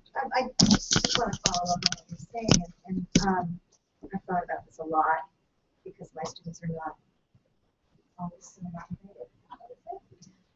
But I think, in my experience, going deeper on less numbers of pieces or amount of content is more effective, because if you're going to make connections between, let's say, Baroque phrasing and the phrasing of Charlie Parker, if you don't really understand what the idea of Baroque phrasing is, then that is not something you're going to get. So the idea of thinking critically is you have to have a grasp of a certain depth of something before you can make that connection. And I get it. But I think we're all many of us have been trained of we have to cover all of these different facts and periods and things, and it just, if you're skimming across a lot of content, you're not making those post holes. So, that's just my experience. That's another one. I Yeah. wonder to what extent we can actually liberate ourselves from chronology. If you were to say teach a course based on topic, like we're going to spend a week on gender, we're going to spend a week on politics, even within each topic, there's a certain amount of mini chronologies and mini narratives that begin to develop, and so we still have not escaped from historical chronology. So can we completely liberate ourselves, or is it just there's no big picture and we're going to narrow it down to mini chronologies? Well, we are historians. Yeah. Right? So there's a context that we have to put these in. I can just comment that I teach an intro course, or not an intro course, an appreciation course that is completely non-chronological. In fact, I'm not interested in that at all, and it's very topic-driven, and there's, even within my weeks of topics, there's no chronology. We jump all around. But I really like this idea of post holes that you just, I don't know, that word just kind of dug into my head, which is great. And I have found that, again, as I teach longer, these kind of overarching themes just help both me and the students to grab on. They kind of can serve as those post holes. I mentioned this activity that we did in American music of arguing classical, popular, and folk. And I found myself returning to that kind of trinity time and time again after that activity, after we did it, just on my own. And it helped me to sort of cement the way that various musics interacted with one another in the history of Western music. So I still taught that class chronologically, but that theme almost, I don't know, helped. It helped me teach the material, I think, more effectively, and it helped them to have something to latch on to other than that chronology. And I could see using similar kinds of themes in music history classes. Forgive me for not knowing, but doesn't Taruskin have some kind of like a performers versus composers thing, or there's some kind of dichotomy? I don't teach Taruskin. I don't know, but anyway, like you could do something like that: a composers versus not even a versus, but performers, composers, audience members, and kind of have students think about pieces, time periods, just sort of in this theme as opposed to. Like I'd like to use the terms of synchronic and diachronic, because most certainly I tend to side with you that even when I'm speaking about different themes, I often organize them chronologically within each theme.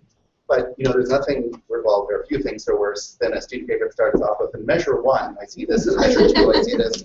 And so the question is, if you could teach people to think synchronically in areas where it's important to think synchronically, but then rely upon a diachronic sort of thing to help people understand how they came to be. I think it's finding that balance that's really strong, isn't it? And so, for example, if you're thinking about melodies, and if you wanted to take synchronic look at a melody, you might ask yourself why a melody looks like this in the medieval time, but so much different in the Baroque time.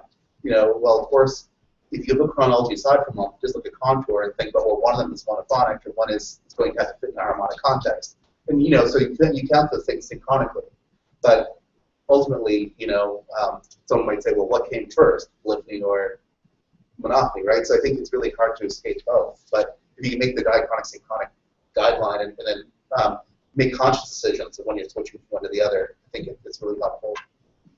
Well, speaking of time, I think maybe it would be a good time to take a couple minutes break and let people get up and stretch their legs a little bit, grab a little more. Is there coffee still? No. Maybe. Oh, okay. Lemonade and water, and why don't we reconvene in just at 3:40, if we could, and I'll let the people online know that we're going to do that. And I think then we'll switch over to another topic, the next one on the list. If that makes sense.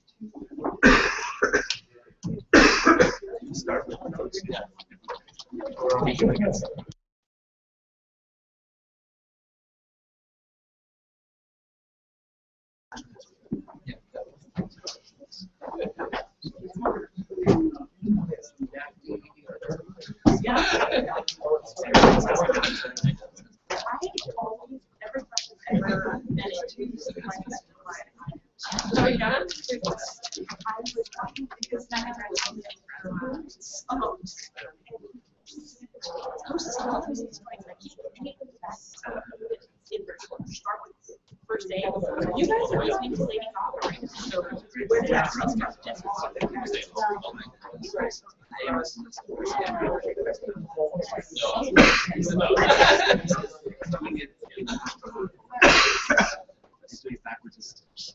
Because even if you do it in the first quarter, you're still deciding what right, based on where it ended. Right? So everything, so when you write your writing it, you go right. If you do backwards, you're still doing it down in front. So it's all forward.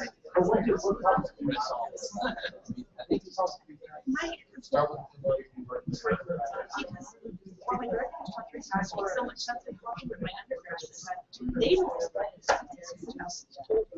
know it, they don't know how to relate to this is from the field. The person is spending 4 or 5 weeks. I was spending like, oh, time is music history and lectures. Yeah. Everybody else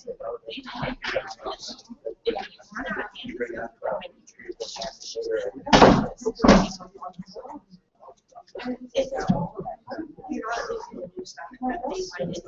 don't spend 20 the whole 21st century.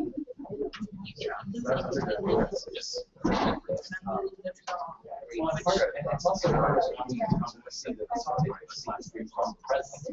we know that most recently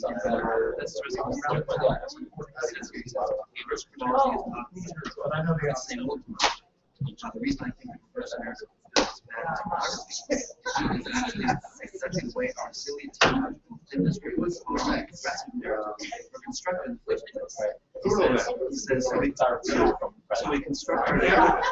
So this is the best part. So we construct our narrative until we want to move backwards, and then our forward is actually backwards, and always Oh my God.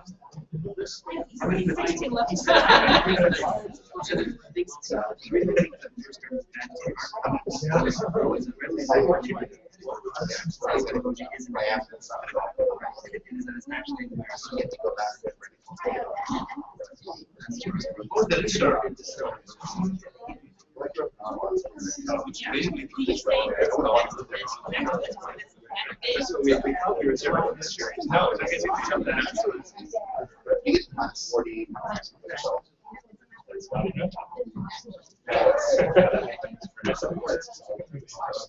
Yeah, it's, I can no longer function.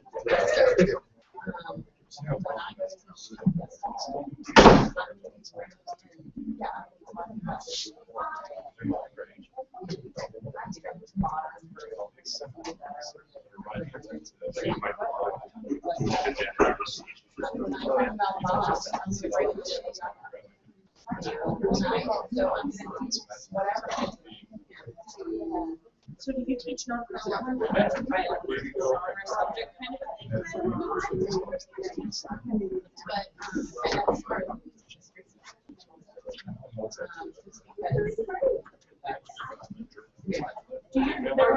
involved?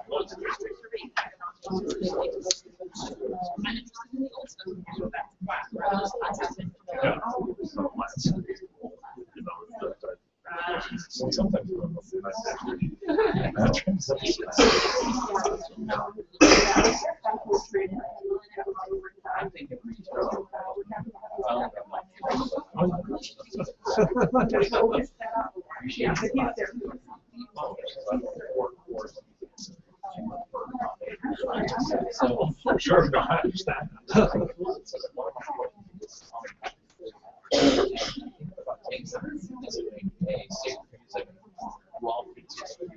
A sonata genre study.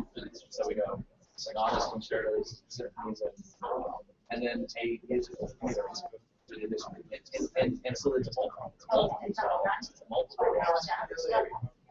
Yeah, and then we're thinking like that about periodization.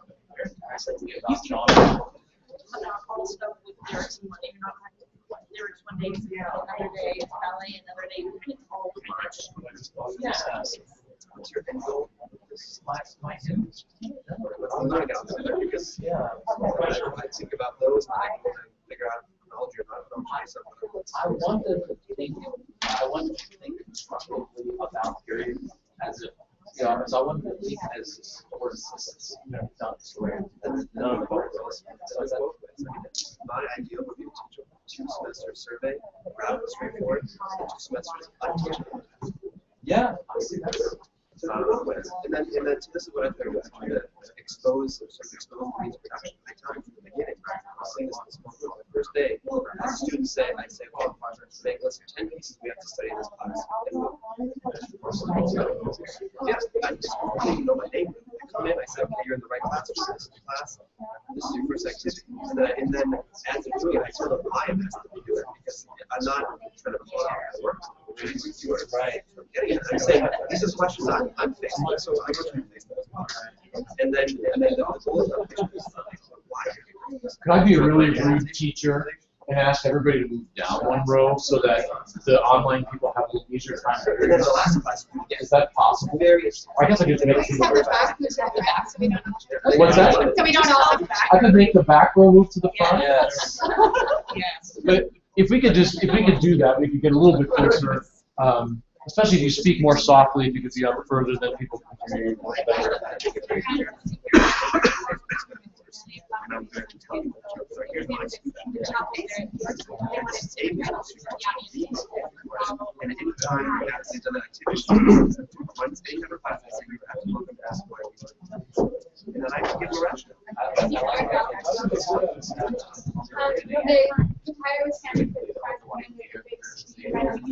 So teach it good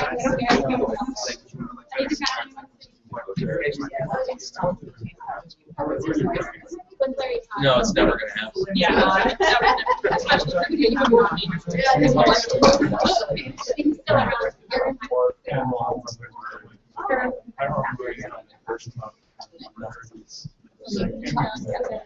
Well, I.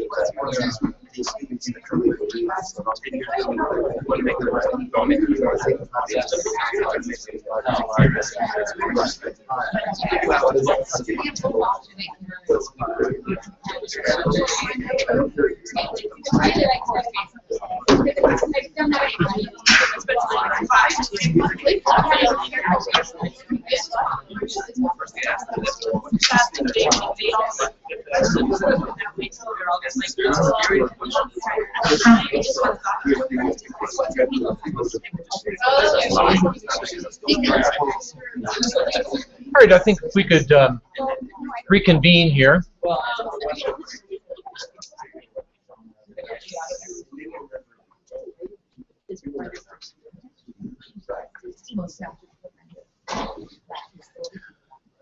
So the next highest scoring topic was writing in a music history class, and that's a pretty different topic, so I think maybe that would be a good one to address.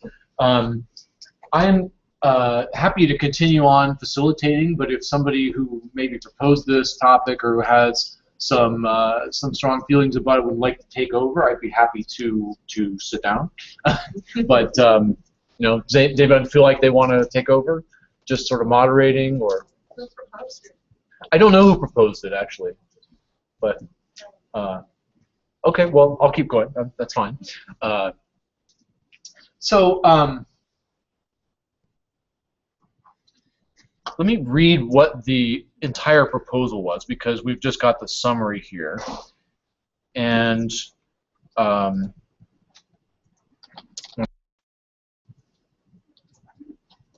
whole topic up here. It's not on here? Is this one that was proposed here? Okay. One of the essential learning objectives of any music history course for majors is the ability to conduct research and write about music. However, this learning objective is taught in a wide variety of ways. Some options include program note assignments, composer biographies, reflective essays, listening journals, and traditional term papers. Increasingly, faculty members across academia are having students engage a public audience with blogs, wikis, websites, and even projects to edit Wikipedia pages. This seminar discussion will focus on strategies that the participants use to teach writing and research skills, including a discussion of the benefits and pitfalls of various kinds of projects. Okay, ready, go. Let's see. Would it be too weird to sort of go around the room and just ask people what writing projects they use in their classes, or to tell us about one writing project that you use in a class? Or if that's not intriguing, maybe to talk about one challenge or frustration that you've had with writing in your music history class. Yeah. Well, I can talk about, I actually, at my university, we have a writing intensive course in the major, and music history actually wasn't one of those when I started there. It was the main education, because we have a lot of music education at our school. So I had to actually write a proposal to get music history recognized as writing intensive, and so I followed the guidelines of that, which essentially was already my class. But I have the students write listening journals as a way of starting to write about music. How do you put into words something that we're so used to hearing? How do you talk about it? How do you express it? How do you understand it? And so that and concert reports were really the jumping off point in my introductory class. So I found that both my majors and non-majors had the same sorts of difficulties in terms of writing about music And so from that point, I built the listening journals and those kinds of ideas into the term paper concept and the heavy revisions. And actually, I really liked your ideas of the extended version and the peer reviews. And I found that having peers, I put the discussions, I had them actually post their listening journals online. And again, having the students comment on one another and be responsible for writing something other than, I really liked it. It was good. They had to come up with something more in that. And so in the writing intensive, again, which is nonsensical to me because that was music history to me, so I didn't know why I had to prove it, but I did, and so the students do a lot of revision and they do a lot of work, and what I do now is I require them to turn in their rough draft, their graded rough draft with their final paper, so that I can see how far they've come. And I've actually been thinking about, I thought, well, if the final paper is going to be the most important, maybe I need to shift the point system, because I had it in such a way that that final product was the biggest bulk of the 100 points. It was 70. They had a prospectus for 10, and then they had their rough draft for 20. I wasn't getting great rough drafts. I was getting 3 pages worth of work, and that's, come on guys, it's a 10-page paper, and I don't want you to read.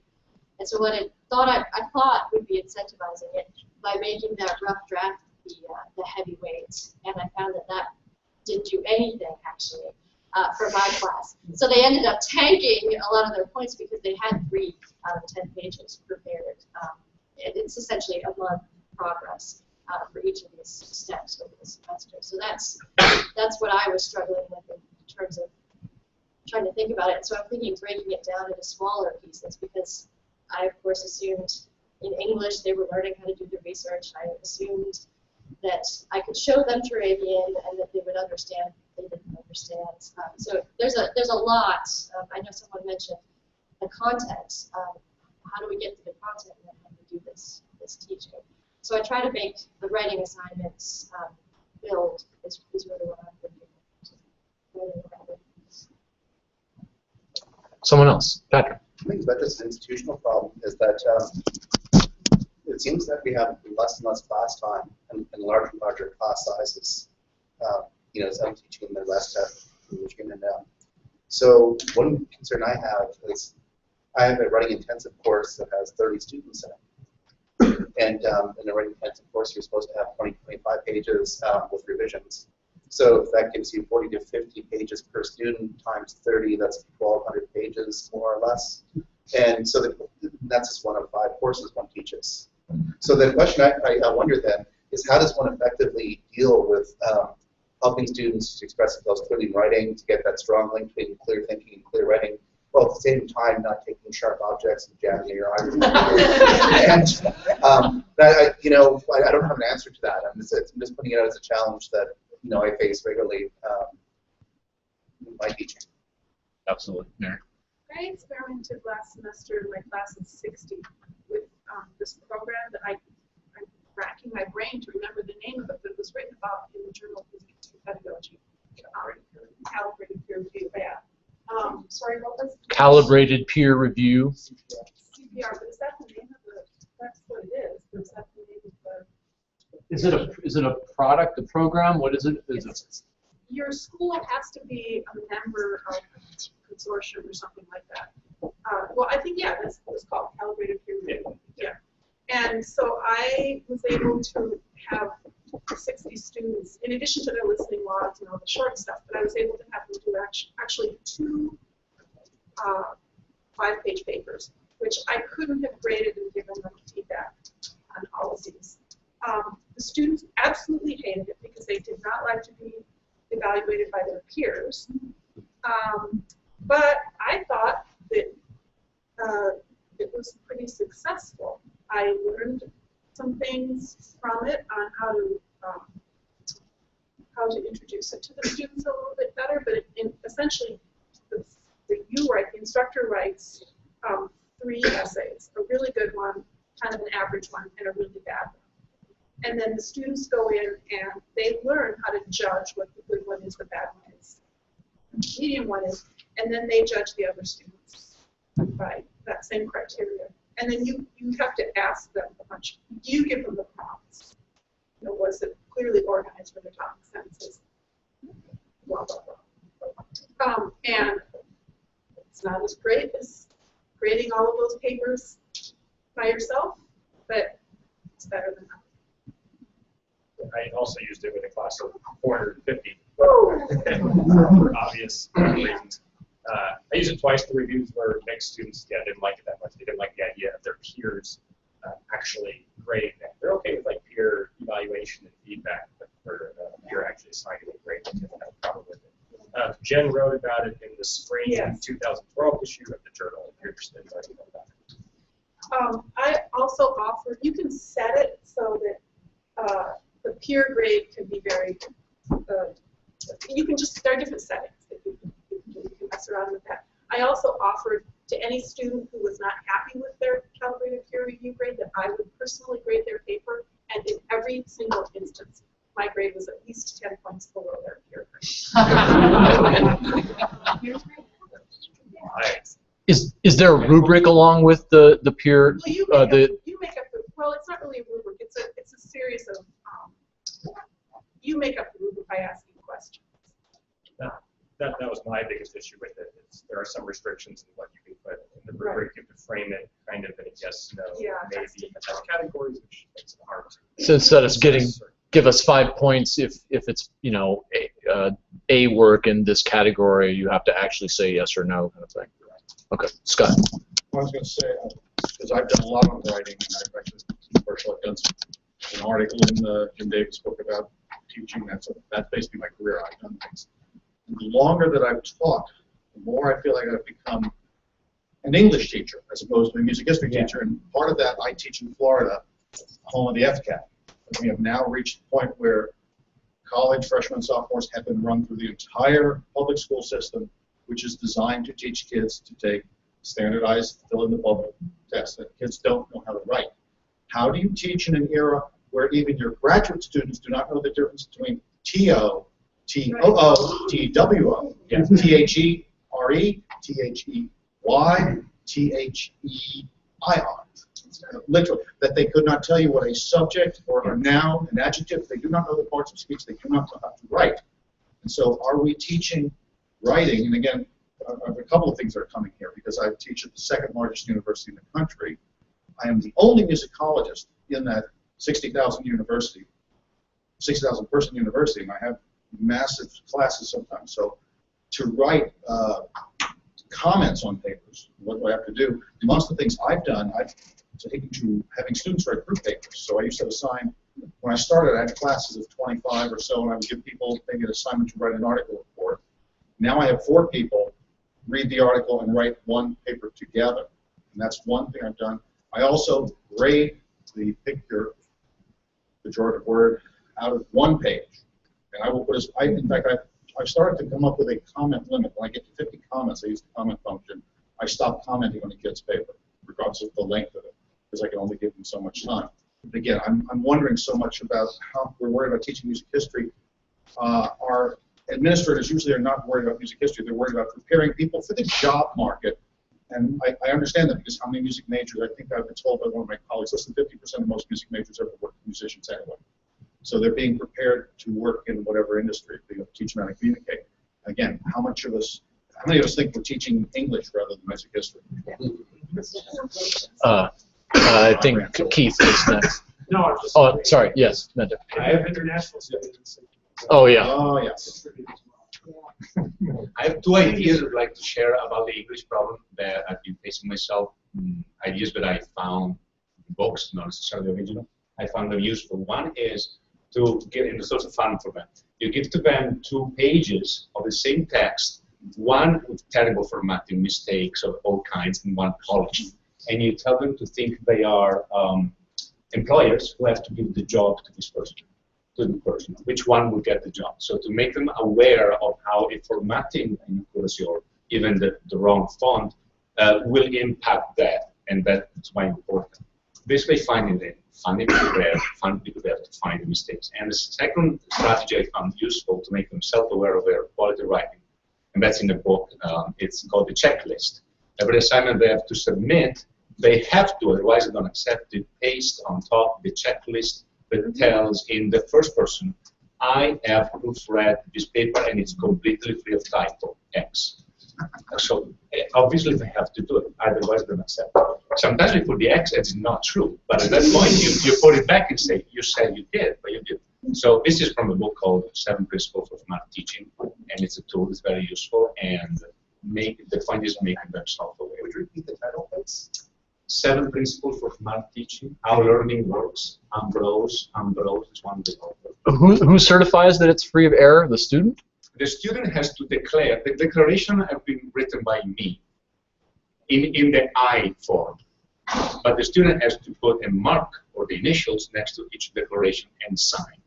And it's very packed with this. I mean, I'm asking a lot of things. I have proofread. I use the best grammar I know. I'm not plagiarizing. I only accept it if this list is attached and only if all the boxes are marked. So they have no escape. Sometimes, because I only accept it if all the boxes are marked, they mark it anyway. But then I can tell her, you marked it, but it's not true. They cannot deny that. So this is a very useful tool. Yeah. I hope I made myself clear. In the back row. Two good moments. One is something I do. My classes are quite that large, but when it comes to writing assignments, we have a writing center. I send my students to the writing center. I mean, they're trained for that specific thing. And I know in some places it's maybe not practical, the students aren't going to do it, but you can build it into the assignment that they have to go. They can bring some sort of report that they've been there. And the other thing is something I do with which I don't have students grade each other's assignments, but I will anonymously put them up on the screen and we will all, as a group, edit. And in real time, I'll have my keyboard there and we'll go through and we'll clean it up together as a group. So everybody can be in on it, nobody knows whose it is. Sometimes the students will admit it. But I find then after that, the writing improves drastically. They see what their colleagues are doing and not doing, and there's no fear of grades being assigned. Very interesting. Going back, I really like that idea. But going back to what you said, one of the best professors I've ever had, he did that. He made us do a checklist, and we had to sign it. And at that point, if you made a grammar error, it was just points off because you already signed that you proofread it. Yeah. And so I do it. at that point, he didn't correct us, or he was just like, nope, wrong. But for as far as speed goes, I've had a couple different professors who, at the beginning of the semester, like in the syllabus or whatever, they gave us a list of their kind of shortcuts. Like if anytime there was PD on a paper, it was automatically passive voice, so you knew what they were doing. So there was just symbols and abbreviations that made grading go faster. And I really like that. The other thing I had that same professor do actually was in the beginning of our writing intensive course, we had to do a bibliography, and it was 10 sources that he picked that everybody had to do so he could grade it really fast. If there was something wrong, he gave it back to you and said, I'm not grading this until it came back completely right. And then, so it was just like a 5-point assignment, so it wasn't worth much, but you had to do it correct, or it was just a 0 kind of thing. So we had to learn it really fast. Related to that, for those of you who have the option to turn it in, they do now have something called grammar mark or peer mark or something like this. And one of the things it allows you to do is there's a series of tags that are common errors, and you can create your own. It's a simple drag and drop onto the paper. And what's nice about this is, for example, I have it very quickly about topic sentences, so I can write my own comments. And you can group comments into different groups, if you know what I'm saying. So, for example, if you don't care so much about surface grammar or just spelling, but you care more about structure, you can create your own group that really just deals with that kind of issue. Or if you have specific things in your assignment, you can create a group of marks that are specific to that assignment. And then, again, if that's an issue, drag and drop in them. And then, of course, you can also create your own rubrics and bring them into, turn it in. So this way here, by clicking on the rubric, it automatically generates a grade, which you can overwrite. But it does make, that kind of stuff faster. But interestingly, when I asked my students, I went through, for the first 2 or 3 short papers, exactly this whole idea of putting one on the board anonymously and grading together, providing good examples, looking from the best to worst. But the biggest shortcut I had was, I'm going to just give a grade from this point forward. And for those of you who would like more detailed comments, please let me know. I was really shocked to find out how few students wanted detailed comments in their papers at that point. They were just happy to get the grade. And given that so few students wanted that feedback, what it allowed me to do is free up all the time for those students who did want feedback to actually sometimes sit with them, like, you know, there's 2 or 3 students that regularly spend an hour a week with my office going over the writing, helping me with the writing one-on-one. I don't know how ethical that is, though. But is there a point to providing detailed feedback if they're not willing to read it? Yeah, the last paper of the semester, I very rarely took many comments because they only want the grades. The comments throughout the semester, I expect to see improvement if I see a certain kind of error. I'm trying to remember the book, but it was one of the things was a list for students to improve and individual things you look for. If the student doesn't, I'm thinking about, I don't want to see contractions or certain words I don't want to see. I really get off on the 222 problem. It drives me nuts. Or that people who do not run their thing through a spell checker, which is something that should be done. And those, again, you make comments about. But by the last one, I might only have 10 comments in a grade, and they know what they get. That's all, because I've seen the best stories. A student took papers from me once, who was still a physical paper, and as he walked out of my classroom, threw the entire semester's worth in the trash. At that point, that was the lesson to me of what my stuff was worth at that point in time. So, yeah, yes, we do this to save ourselves. Another thing I've done is I give 1 grade at the end for, say, 8, 9, 10 shorter assignments. And I just give grades on, I give comments on the assignments, and I expect to see improvement. And then I grade them based on the improvement of the writing over the course of the entire semester. So they're not waiting for a grade each time, but they're looking hopefully at those comments. And if there is an improvement, I can check in and say, look, your grade at the end is the improvement, not necessarily the content, but the improvement in the writing over the course of the semester. And that's something. Actually, I think that's an easy fix, the problem of the feedback. And this is recommended in learner-centered teaching. Look at in a book by Maria Weinman, she talks about that.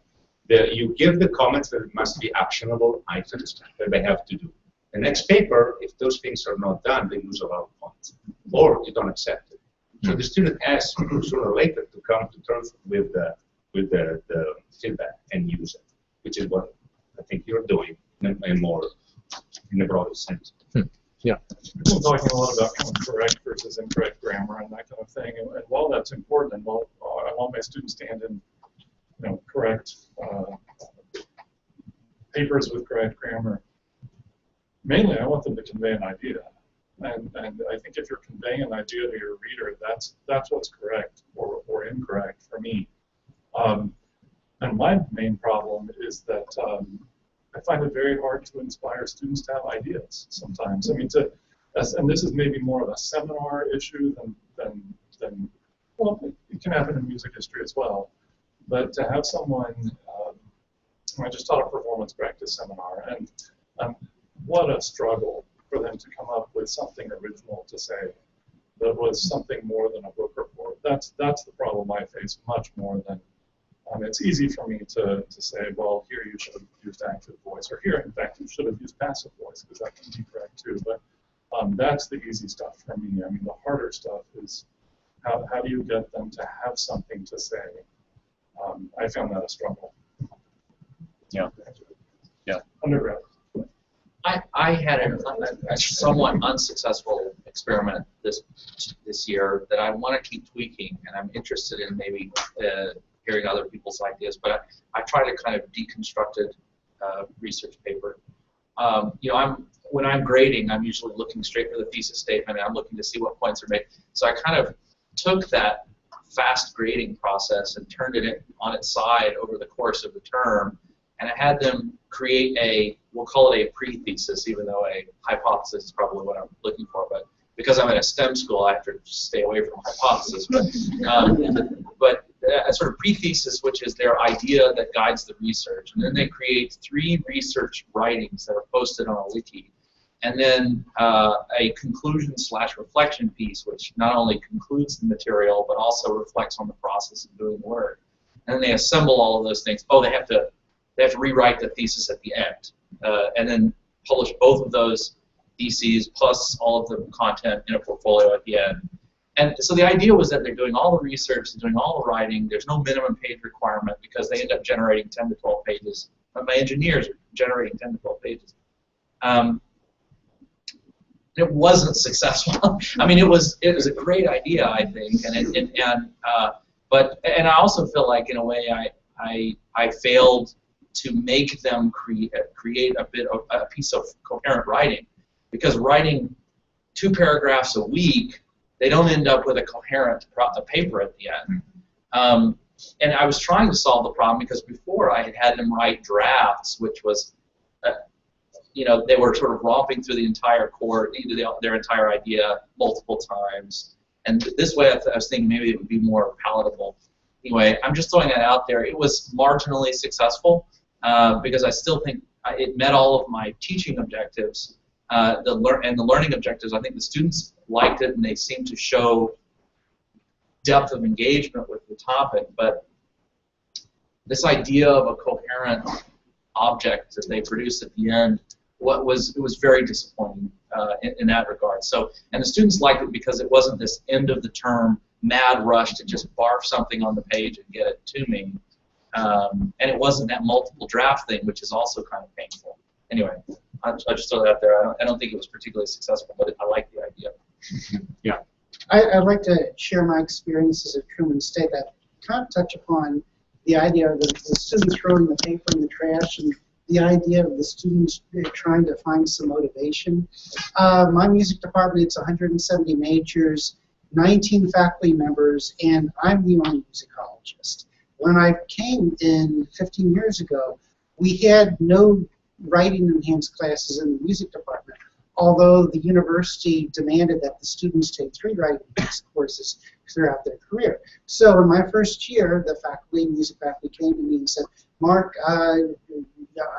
we know you're going to be up for tenure. How about you developing Music History 2 as our one writing enhanced class? We're going to break it up into 2 sections. 20. I'm like, yay, good. This is going to be fun, and I'm excited to do this, and I was glad. The other 18 faculty members were grateful that somebody else was doing this. They're grateful that I'm teaching the music history courses because we're an accredited school and nobody else wants to do it.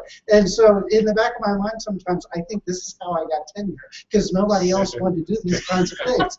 But anyway, so you fast forward, so I'm doing this for years and years and struggling with the kind of student resistance that you talked about, because the students are there because they're passionate about their instruments. They recruited by the studio faculty, and that is what they want to do. And why is this mean Professor Rice making us write this stupid research paper? And I don't want to do it. So you fast forward to 2 or 3 years ago where I got the break. The state government, this is a state school, Missouri, and the state government said to the universities in their system that we are going to decide your funding based upon you meeting 5 benchmarks. And critical thinking was one of the benchmarks. And the way that Truman State assesses things is that we have this portfolio experience where at the end of the spring semester, 30 faculty members actually read senior papers and writings. And so we've got a category for students to have submitted papers in which they demonstrate critical thinking. And so this is how we report on how we're doing on critical thinking to the state government. And so one group of faculty members got together, they created this beautiful rubric of critical thinking outcomes that they wanted to see. And then the president of the university comes to all of the departments and says, you've got to do better with critical thinking, you've got to show a document. And so the music department is having this discussion, and once again everybody turns to me. And they say, you are the one class, you teach the one class where paper is generated that can show critical thinking. It's all on you. This paper is going to be our demonstration of critical thinking. And so I put everything together, and I show how it's a 10 to 12 page research paper with a multi-stage thing throughout this semester with the thesis and bibliography, the rough draft, and so on and so forth. And so I show our faculty members as we're about to approve this in the music department. And of course, they're zoning out, they're drifting off. 1 or 2 people are saying, nice guy. The trumpet player says, why don't we just have the students submit a recording of their senior recital to show critical thinking? Because if I'm reading portfolios and I can't understand a chemistry paper, I mean, fuck them. Why should we? This is the trumpet player, so you know what they're like. But anyway, and I'm sorry for interrupting people here. But anyway, I got that through, and to address this and this, the way that I get these students at least halfway interested in it, the only way is that you have to have them choose the piece on which they're going to write about, and it has to be a piece that they have either recently played, or they are currently played, or they're about to play on their senior recital. And then, because this is tied to our raises and our funding, I go to my faculty colleagues and say, I'm going to send you this student. I'm going to send you all of these students, and they're going to ask you about the performance history and other kinds of things about this piece and their instruments. And you are going to give them feedback, and you're going to work with me on that. And I no longer have students throwing papers in the trash, and they're less angry about doing this, because I also emphasize, you know, perhaps you're thinking about graduate school in music. Well, there's these things called lecture recitals, and there's other kinds of research you're going to be expected to do. I've always wondered, does anyone get negative feedback from their colleagues about writing? I can imagine that you get negative feelings from students about having to do an assignment, but is there support or lack of support in music departments for writing? I mean, it takes away from their lessons and takes away, in their minds, from ensemble work. Me making them do a research paper. I think there's resistance in a lot of schools, including some of my colleagues, to history and writing, the whole academic enterprise of music theory. Yeah. Ear training, piano. It's taking away from the time they should be in the practice room with the ensembles. So. And then you can get a job in conservatory. Well, I told some of my students that. Well, we all work, most of us that are talking here are at state schools, and we are mandated from above. And in our case, it's not just from above, it's from, in my case, it's from Tallahassee, is making decisions. And again, part of the reason we do the writing, and we do, and you're seeing my curmudgeonly side, my charming side, but I actually do have students who like what I do and put in, because they do want to get somewhere. The problem is we educate too many students with too few faculty, and it just is a difficult situation. But again, if we don't do these things, we're going to see the collegiate equivalent of FCATs. If you're not familiar with FCAT, this is a standardized test for K-12, and it has dumbed down Florida's educational system. We have more students passing FCATs, but they are coming to college less well prepared, so all our courses are sinking, if you understand what I mean. And again, we're doing things in graduate school which have been done in almost high school in some cases, but we're doing them in part to keep Tallahassee off our backs. Otherwise, we're going to be seeing some kind of four-year music college FCAT test that all music majors will take to get out and get their degrees. So yeah, we get the support, and I don't see problems from my colleagues. And again, they're glad I'm doing it. You know, we're stupid enough to want to do it, I guess. Laura. I just wanted to bring this back to something we were talking about earlier that Mary actually brought up about learning objectives, and just sort of trying to bring that back into the conversation about why are we wanting them to write? You know, I think that question should be a part of the choices that we make in terms of the kinds of assignments that we're giving them. You know, what kinds of students are we serving? Are you serving music conservatory students? Well, then give them a lot of program note assignments. Are you serving students who are going to be going into graduate school? Then you want them to be able to create, to craft a research paper with a thesis and an argument and defend that point using scholarly work. You know, do we just want them to be able to use good grammar? You know, maybe that's what you're doing, Scott. You know? No, it's not just us. No, but I mean, you know, that's so you craft the assignments in that way. You know, I know for me personally, again, teaching non-majors, I'm not teaching any student who's going to continue on, you know, talking about music in any kind of very specific, articulate way, but I would like for them to be able to craft an argument. So the kinds of assignments that I tend to do are very carefully structured. I give them very specific instructions on how to kind of craft the paper, and then let them choose the piece of music or the composer, whatever it is. But then they have to kind of follow that pattern of, you know, you say this part about it, and then you spend this time, you know, maybe with a short bio, but very, very short, and then, you know, and then you go on. And I've been fairly happy with the results of those kinds of assignments for my student body. But I would never say that that's going to work with other kinds of students at other institutions.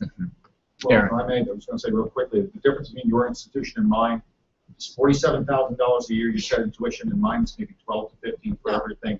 And again, state school, we have a lot of 2-year school transfer-ins. Because of articulation agreements, we have to accept whatever the community colleges taught them. Because the state mandates that are in Florida, again, people may not know this, every music appreciation course in the state is MUL 2010. We all teach the same course literally, regardless of the content. So students will say, I've had this course, it may have been in a community college, but was taught by God knows what, but we must accept that. So the level of student abilities, again, I'm assuming when people pay $47,000 a year, they pay attention. Well, don't get me wrong, we do have a lot of scholarship students, especially the athletic students. So I definitely have students who haven't had, I had a kid in my music and spirituality class who had been bumped around foster homes and had no idea how to write. Well, that's true, again. So it's case by case, but before I was at this place, I was at a center in Kentucky, which is a very elite liberal arts school. And again, people only last about 1 or 2 semesters before they screw up, they're gone. I teach in a place where you can hide for 5 and 6 years before anyone even sees you on campus. And again, students with very poor abilities sit next to people who are incredibly, very bright. We've got Rhodes Scholars and others on campus. But you look at any of a large class, including small faculty. So I think other issues here. Aaron was next. Yeah, 2 points that I like to make, at least where I teach. One of the biggest issues has to do with students' use and understanding of sources. When it comes to coming up with creative ideas, most of my students don't know the difference between secondary sources. They have to go first to secondary sources, onto online ones, and they just keep reiterating other scholars and what already said. Whereas if you say, you start with the primary sources, so that you can come up with a content, so you do come up with really interesting ideas, it's related to their instrument or things they haven't done before.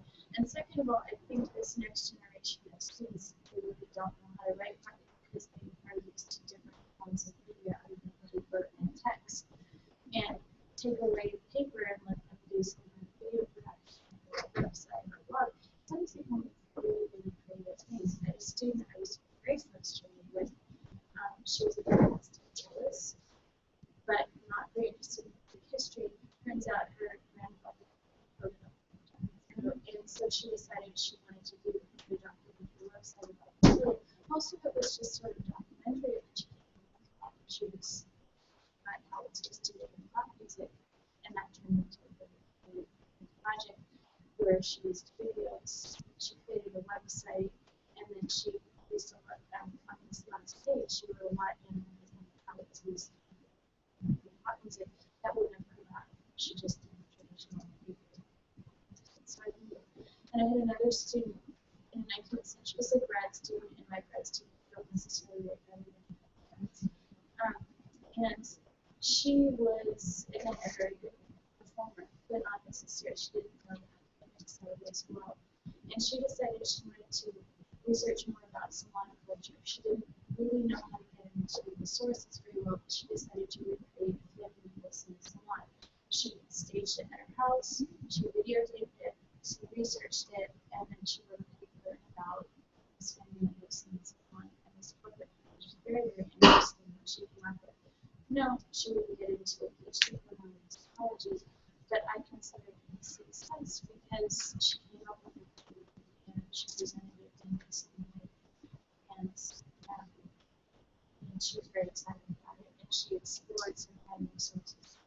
So maybe we need to think more in terms of, does it have to be a paper that is the capstone of a course in music history that people are learning from, or could it be some other kind of project? Yeah. Well, I just find that so interesting, and I like the paper for me, but I'm really intrigued by this idea, and I'm just wondering what suggestions people have to kind of stimulate that type of creative thinking in students for that, you know, maybe alternative format project. Has anybody else besides Aaron tried it, and how has that worked out? I can't answer to that, but I've seen recently somebody did it's more art history, but they did a project online called What Jane Saw. They've gone through and they've recreated, I don't remember which art gallery that Jane Austen would have visited at a certain time period. And they went through and had an actual virtual art gallery of all the works and write-ups about it. And then from there explored any references to those artists that appear in the Austen novels. And I wonder if there wouldn't be similar applications that we could do with either concert halls or intersections between some of the visual arts or performing arts other than music. Because I think something like that would be really interesting in a small class as a group project, because they could all go out in different directions and then bring all that work back together. And that would be so nifty. Yeah, I mean, the question of what we're using writing or why we're using writing, what the outcome is, I think that's kind of crucial, because I think ideally it would be sort of second nature that students would express their thinking about music in writing that's familiar, that's easy to give feedback on. But I mean, these examples, and I love those examples, they're ways of the students thinking and doing research and coming up with original ideas and expressing them not in writing, really. But I guess that's making me think, well, you know, if we're using music history writing assignments not so that we can have the students practice writing and so that we can have the pleasure of grading these writing assignments, right? We're assigning them because we think it's good for them to think through writing. And it is good for a lot of students, but it doesn't work for all students. So other than the writing intensive type courses, or if the goal is to do the kind of research and then to go through, you know, like this idea of getting into the discourse that is used in musicology, which is generally writing, or giving conference papers. You know, if we're moving away from that, it does seem like maybe some of the writing assignments should be replaced by other kinds of activities. And then, I mean, I sort of, maybe it's because I do teach in a conservatory, but it's a conservatory within a liberal arts college. And that liberal arts side of things is very strong even within the conservatory. So I sort of bristle at the idea that everything has to be just totally practical. Like, we need to do all, you know, for conservatory students, the most important thing is to teach them how to write good program notes and to give free performance talks. I do think that stuff is really important and that it should be dealt with head on. But I think that maybe without articulating it or thinking about it, we're thinking about writing not as a practical thing that they're going to learn how to do because they're going to have to do it in the future. We're thinking about writing, we assume that writing is a way of accounting for thinking through things in a way, and we want to see them do it in an organized way. And maybe, I mean, these ideas are giving me a sense that maybe there is a way to balance these more formal writing assignments, which often are disappointing to the students who have to write them and to us who have to read them. Maybe there is a way to balance it with other kinds of activities that where the learning outcome is the same and the research that they have to do is the same and the argumentation is the same, but there's not that whole like, oh, and then I have to write this out in a paper, which provides so many hurdles for them. I just want to throw something out. I'm totally on your side, Scott. I think part of what our job is to maintain the ability or to promote maintenance of the ability to write and to express oneself in writing. And I just want to share that I recently finished a very interesting book called The Word Exchange. It was a first novel by, I forget her name because I read it on the computer, but the premise is that the protagonist is the daughter of a man who's just finished his life work, which was the last publication of the last dictionary in the world. And he's kidnapped, and this whole technological, it's called a word virus, is causing people to forget meaning in words. I mean, it's, you know, sort of a dystopian kind of a very good raw thing, but it brings up some really interesting things to think about. Like, maybe this is part of our job, is to keep a connection to sources, to to keep the idea that writing and to reading critically is an important part of what civilization is. And, you know, not to put too broad a brush on it, but it was an interesting Mary. One of the things that I think is that if you can write clearly, you can think clearly, or the opposite. If you're not writing clearly, you're not thinking clearly, because that's my problem. When I am not really quite sure about what I'm doing, and I write something down, and I come back to it, and I think, oh, this is just a mess. It's horrible writing, and I realize this is my brain's a mess. And so that's one thing that I try to help my students do. But I also think that on the practical side, employers do want people who can write and write effectively. And I'd like to help my students get a job, whether it's in music or what. An interesting book that I read about all of this is called The War on Grammar. I can't remember who wrote it, somebody from University of Wisconsin-Milwaukee. And it really, it's appalling, but it helped me understand where my students are coming from. And unfortunately, even most of their general studies writing teachers are coming from the same point of view, which is that grammar and form and spelling and all that kind of stuff isn't the most important thing. And I agree that it's not the most important thing, but I certainly think it is important. Because I've had the general studies writing faculty tell me that the only reason I'm not talking about high-level grammar, I'm just talking about 2, 2, and 2, and they and that kind of stuff, and possibly having a verb in a sentence is something. But I was called arrogant because I knew grammar and my students didn't. And fortunately, my TAs were with me at this little workshop, and when we were driving home, my TAs were all, oh, that person was just crazy. They were just attacking you. They were just crazy. But I think that we do, that, you know, when I send my students to the writing center, they sometimes don't correct their grammar correctly. Yeah. Right. And Yeah. because, what? I think it varies by center. Yeah, well, the writing center where I Varies by tutor, by Yeah. who they're working with. Yeah. So I don't know. I mean, I've been thinking about this a lot, and I just continue to plug on, and even if I get yelled at for correcting people's grammar, so be it. I think in the back row you had something you were going to say. It actually is going to an earlier point about considering the place of the professor and busy writing in class. Part of what we, and with sources, part of what we do as teachers is share with the students what we do as scholars. And as scholars, as much as we use writing to communicate our ideas, that's kind of what we're teaching the students, is showing, hey, this is what we do, and what we do is important and valuable. Because we're not just looking at students, we're looking at future alumni who are going to be donating to the university. They're going to be saying to the university as, this program is important and informative, and I want to make sure this department stays open.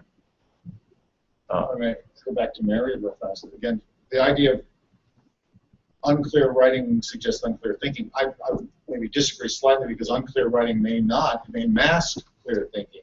What it's creating is unclear communication. Yes. And what scares me is what many of us talk about teaching music education. We are teaching the next generation of teachers. I was a public school teacher many years ago in my dim, dark past. And I think of things I used to do when I was just a young 20-some-year-old learning how to teach. And I've gotten a lot better at it, thank God.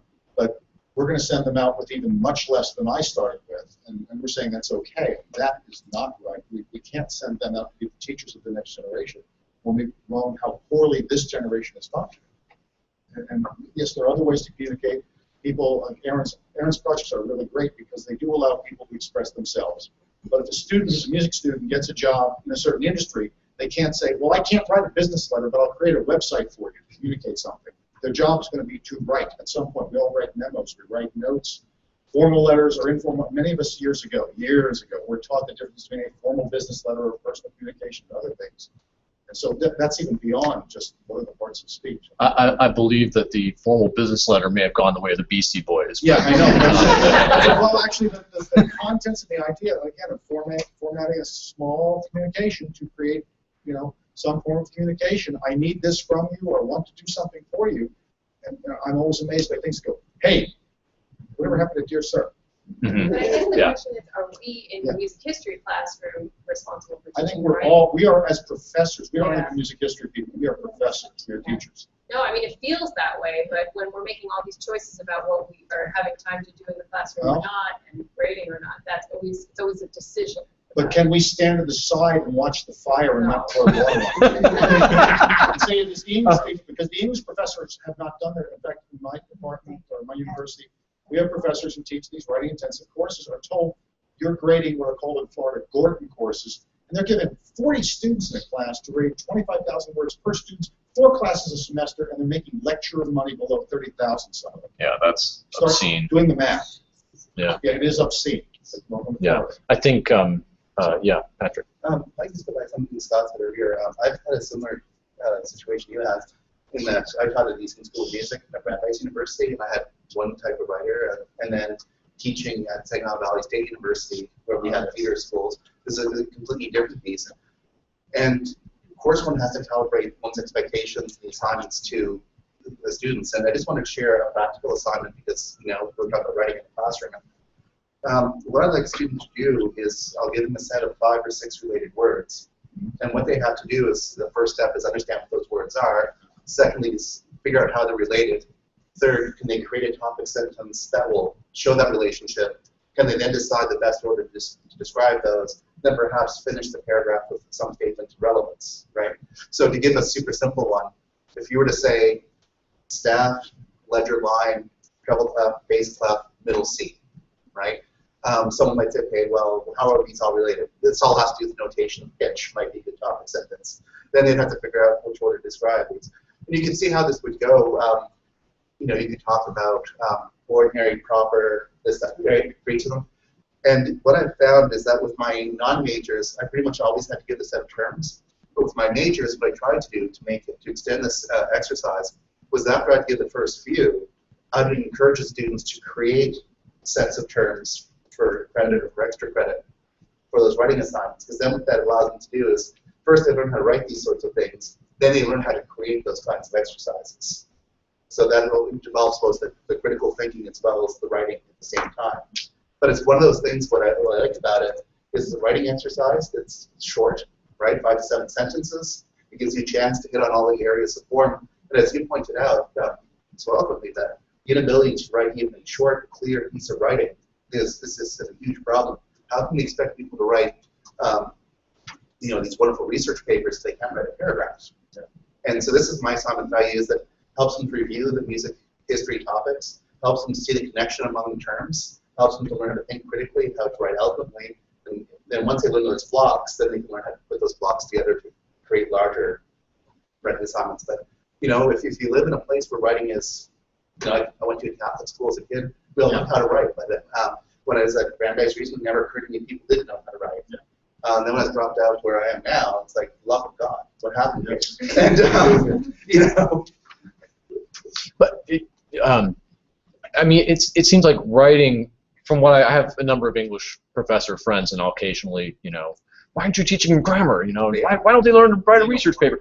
And I mean, one of the responses that they often say is that writing is something that has to be practiced, and that many times it's not simply a matter of, well, let's tally up the errors you made in your last paper. Why don't you just correct those for now and forever, right? No, don't ever do that again, sort of thing.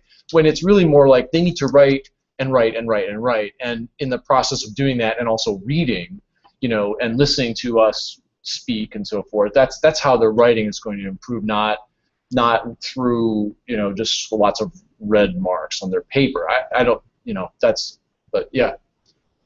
As somebody who taught English in high school for 2 years, I can say that that's exactly what I was going to say. Because the problem is not so much that they don't learn it, although at the district I was at, I will say there are a handful of people that probably should not be there any longer because they aren't teaching it. But generally speaking, the students are learning it, they are not rehearsing it, and they're not practicing it. So they get out, they come to college, and they've maybe written 1 term paper ever.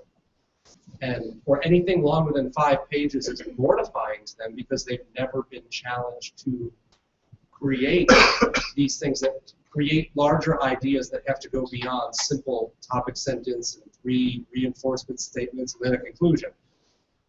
And that's why I like what the idea was coming out of incorporating these into the activities of the class. I think that creating a culture of writing can help rehearse the writing. Unfortunately, that's also an institutional problem. Doing it for one class is not going to necessarily change the world, but that's where I believe that the issue lies. Is more in the rehearsing of the grammar. I can corner my students to say, really, what part of speech is that? Why should that not be there? And they can think about it for a second, and they could tell me.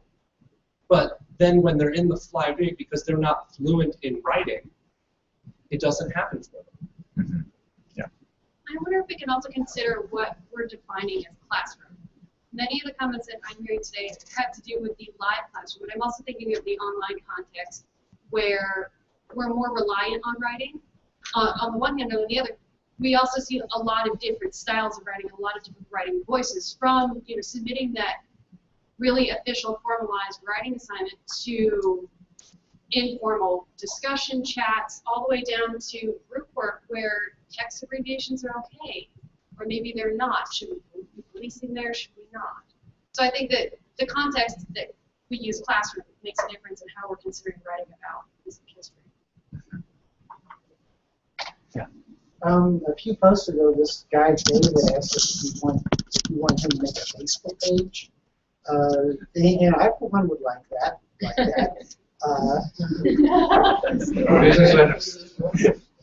I would just say, and I think that would be fabulous, but the Pedagogy Study Group does have a Facebook page, and I would encourage David, if he's not a member of that, to join it, and we can have it on there. That's just maybe an easier way for us to collect, those discussions. So we do have a Facebook page. Yeah. I'm going to go back to the earlier idea about like this is what we do. A few years ago, kind of out of the blue, I didn't fit with course content at all, but I was giving a conference paper and I gave it to my students right before or after the conference, and they responded really well. Some of them were really inspired in their final presentations to model after that. And I've continued doing that because it also shows them what I do and gives them modeling examples of using writing, of doing research, and just lets them know more of who I am and connecting. I've done that in upper level music history courses and good response, good connection from students, even if it doesn't fit in the class. Mm-hmm. Yep. That's in fact why when I do the scaffolded research project for my upper year sequence, that's why I do a project with them, so that they feel like I'm in the trenches with them, and that they like to see that you do stuff that's the same as the stuff they're doing, because otherwise they have no idea what you're doing. You just show up to class and you tell a bunch of stuff at them and grade their essays partially and go home. Or sleep in your office, as the case may be. I also show them a page from one of my drafts. I think that's really marked really off, valuable. crossed off, move this here, cross off this sentence to show that it's not just them that I used. In the back. I have 2 personal experiences that really informed how I think about writing. Not that I've arrived, but one is when I first started teaching about 10 years ago or so, I was doing, I think it was a conducting class, and students were handing writing assignments to me where they were writing reviews of articles on conducting, and I sat down and I said, why is your writing not up to college standards? Just this one-page simple assignment, it's not even a full paper. And they said, we save our good writing for our This is a music class, and we don't need to write well. And so that was, I'm not sure if you run that issue, but I've tried to encourage students to remind them that their writing is a reflection of who they are, and that how educated they are, and how competent they are, regardless of the class. And then the other one, this is a very uncomfortable conversation, I also have a part-time job at a church conducting choirs, and my worship and arts director decided to hire one of the graduates of our university to be our departmental assistant, to put together the bulletins and the programs for concerts and things like this. And eventually she pretty much had to let the woman go because her spelling and her grammar were so bad.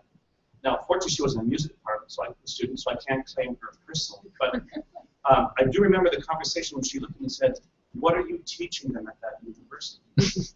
And how uncomfortable I felt that one of our graduates was presenting themselves that way in a written format. Now, we're not going to save everybody, and I can't be responsible for every student, but I like your comment. We're professors, and we are trying to shape a generation. And what we do as a profession for the students who are in our charge as musicians, music history professors, I think has a long way to go maintaining the standards of writing that we can. One thing to kind of respond to or piggyback on Mark's comment about bringing them into the scholarly fray a bit is to, one thing that has worked a little bit is to actually have, in an upper level seminar, I've begun to tell them that what you're writing are essays in a book, in a collected book of essays. We're not really publishing it, but I'm going to pretend like we are. And I actually go to the trouble of doing a cover page with all their names on the inside and a table of contents. So I act as editor, kind of like the process we've been through submitting something for a book of essays. And one good thing that has come out of that is it's made it a lot easier for me to make a case for why your footnotes need to be right, why you need to follow Chicago Manual, why you need to, because if you don't do it here, it's going to screw up the next person, and it's going to screw up the editor, and nothing's going to work. So all those little details about why does it matter if it's a period or a comma in my citation, it kind of helps answer that question. The other thing that I do with that, and I make it clear from day one, I tell them and have them sign something, and it's very clear, but I tell them I'm going to send that kind of ebook to everyone on the faculty once it's done. So it's a public document. I tell them not online, not that public, but among our faculty. And so these are their studio professors and their theory professors and people know. In reality, who has time to read that? I don't know if anyone actually does, but the students know that it's going to go beyond just our small network. So that's helped a couple of issues. Scott. Well, just a real quick one following, because I've been complaining about grammar, a lot of us are getting into this. I'm wondering how many, and I do this, split the grades. I say, I have fairly detailed instructions, and if you're curious, Google my name, find my web pages because they're public. Look at any of my courses, anything I've ever taught, I leave up there. They may be out of date by years, but you can still do assignments. And they always have at the bottom, your grade will be determined by 50% content, 50% grammar. And how many people actually, so I can give a kid who writes poorly an F for grammar, 55 points, and a B for content because the ideas are sort of there. And I did that in part because when I was grading initially and using the holistic, this is a lousy paper, it's like 50.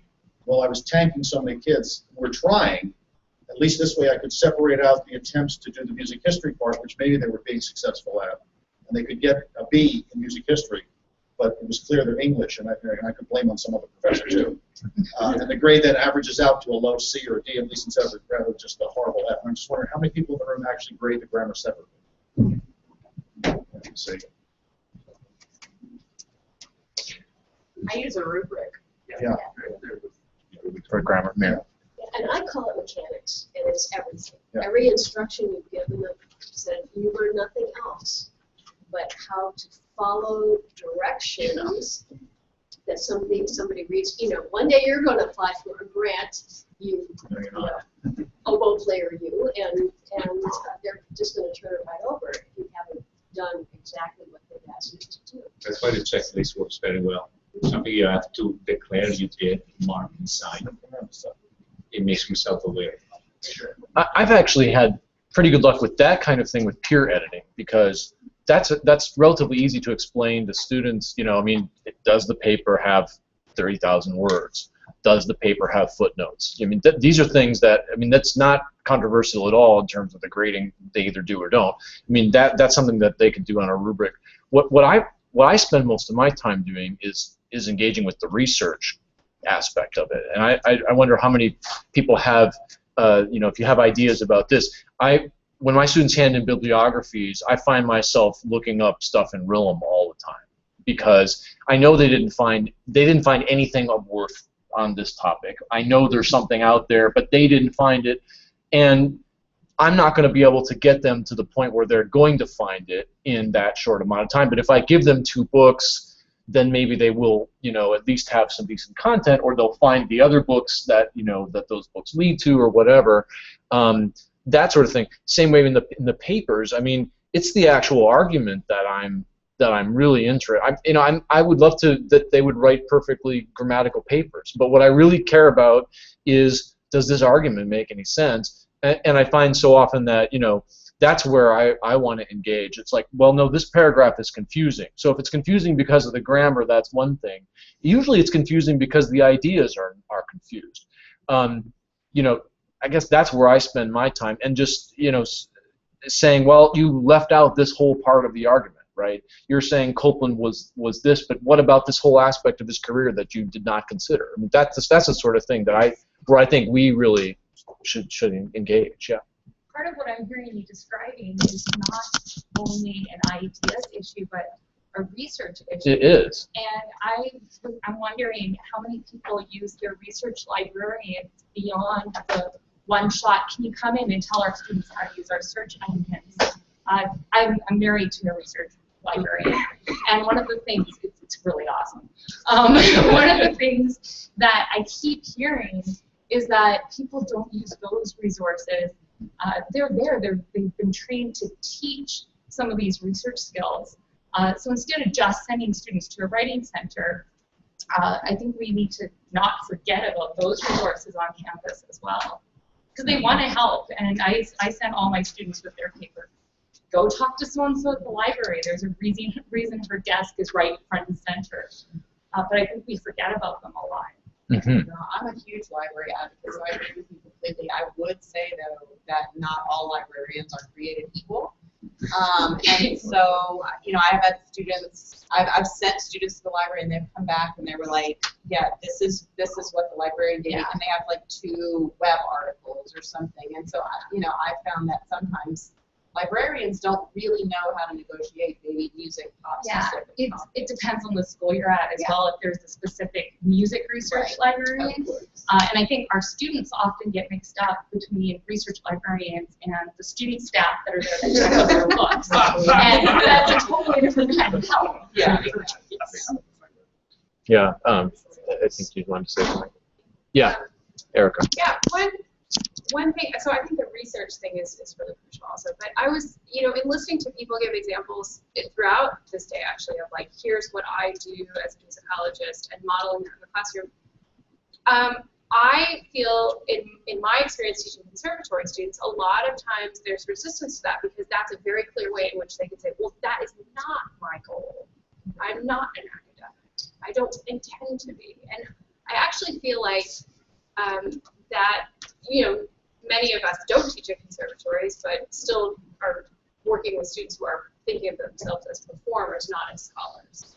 And so that's one thing that I try to think about, at least, when I'm talking about scholarship and talking about things that scholars care about, or ways that scholars approach issues, that sometimes they don't think of themselves as scholars, even though I might think of them as a scholar engaged in an activity. And I think that research is actually a way that, because if they have research questions, learning how to answer those questions is a more sort of concrete, practical thing that they're doing that has them engaging as scholars, but isn't putting that kind of label on them. The same way, I mean, I love the idea of bringing in something and saying, here's my work, and here's the, like, I always tell them, I'm like, oh, you should see the revisions I have to do, or this is what I do in my process. And maybe it's my personality, but students are like, okay, that's you, but that's not what I'm going to do. I'm not going to spend a week working on, this or that, like that's just, so there's a way that sometimes I feel like, I think modeling in general is extremely effective in the classroom, but sometimes it can be like, okay, you're modeling something that you do as a scholar. That doesn't apply to me. Yeah, in the best. I was going to add that, so even for performers, nowadays, the older models of how to get work in music are falling apart in some respects. And I can't remember the name of the book, but there's a wonderful book on how to create your own career in music.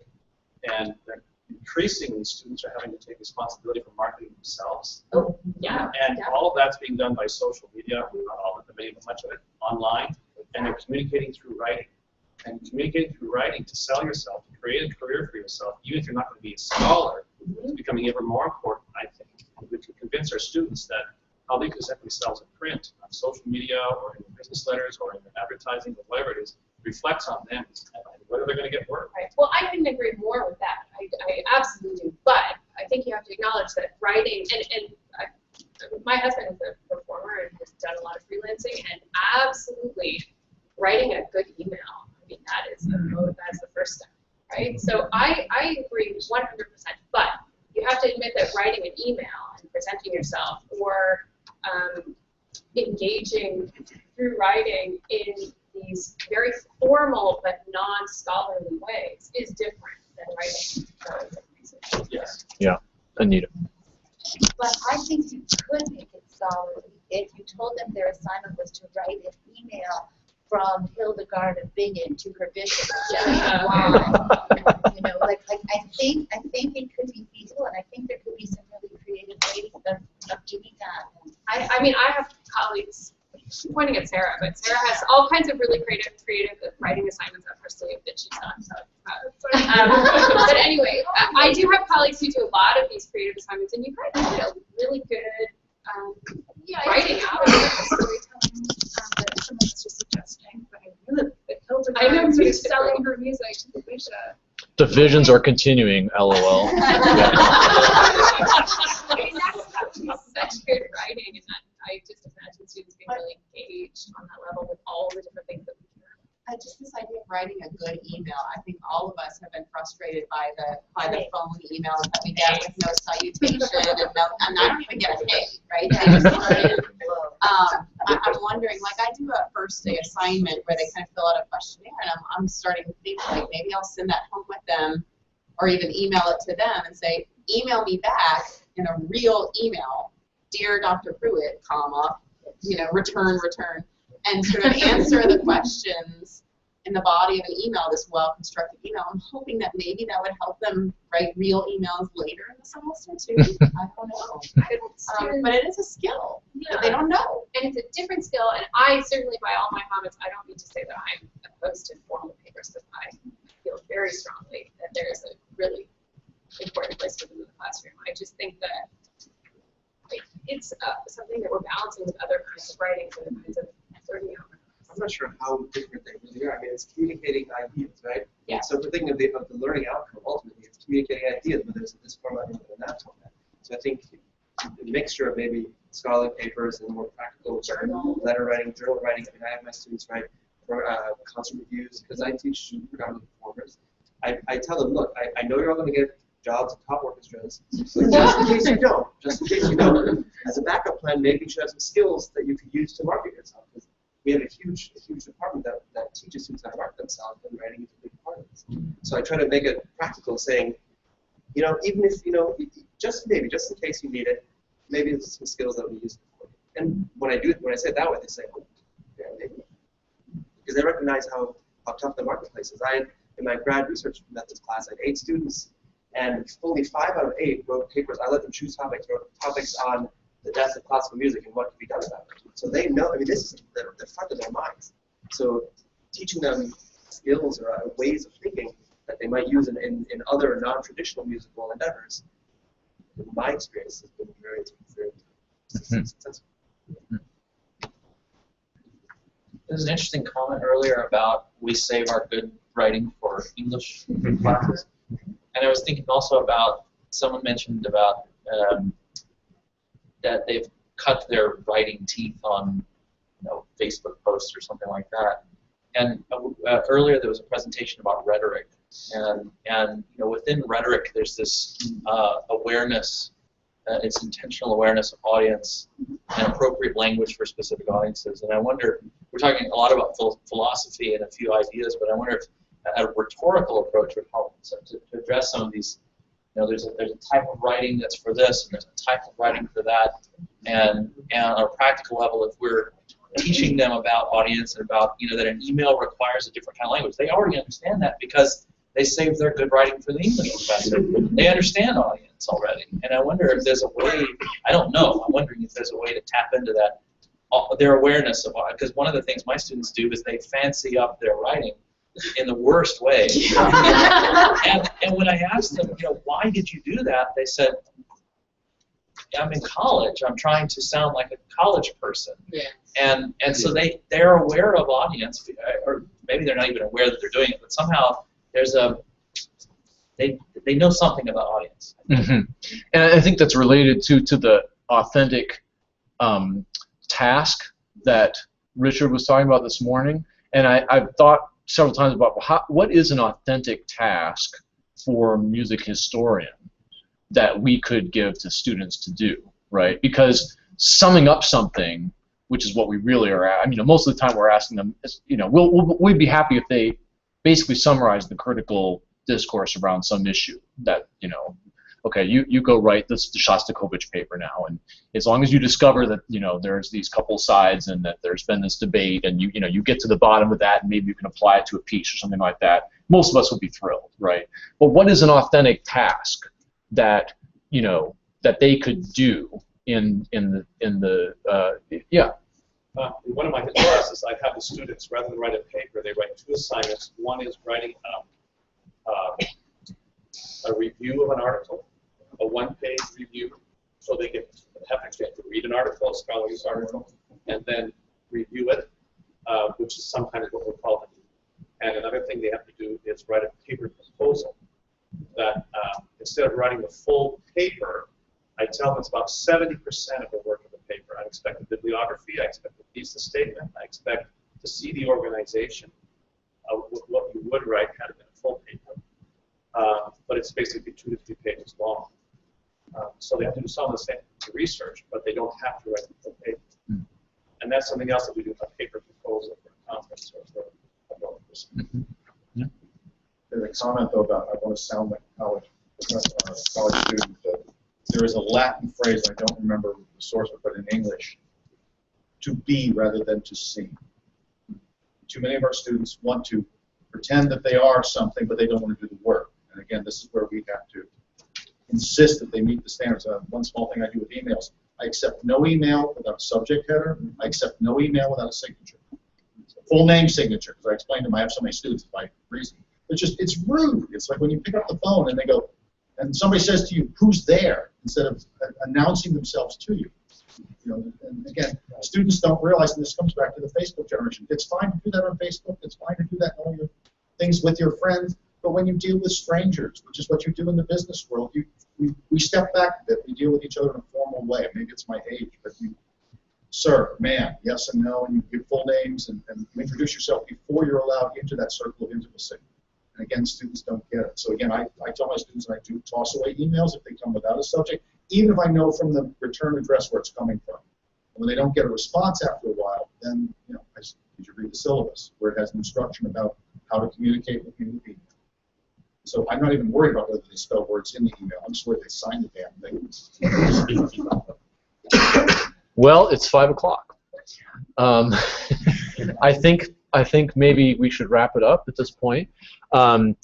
We have some refreshments that have arrived. Well, that's great. What's that? Yeah, there's cheese and crackers and fruit, I'm told, and maybe something to drink. So we'll adjourn for that. I'm also have the announcement that the cafeteria in this building, which apparently was supposed to be open, is now closed. So if you're counting on going there tomorrow morning for breakfast, you won't get anything. But there is a Panera, so I'm sure if you venture out of the building in any direction, you'll find any number of things to eat. The last page of the program also has some restaurant suggestions, so you can check that out. Yes, ma'am. Is there anybody still online to say goodbye? Well, I don't know if there is or not. Yes. Well, Joe's posted what the Latin phrase is, but we do have some references to some of these books that were mentioned. So this is on my Google Plus page, and the address for that is shared on the conference website. So you should be able to go and look at this discussion after it's over. And yes, I do very much want to thank the people who tuned in online, and I hope that this was a worthwhile experience if you're still there. And we will look forward to doing more of this in the future. So there's a recent comment anyway, but yeah, Joe is giving us the Latin phrase.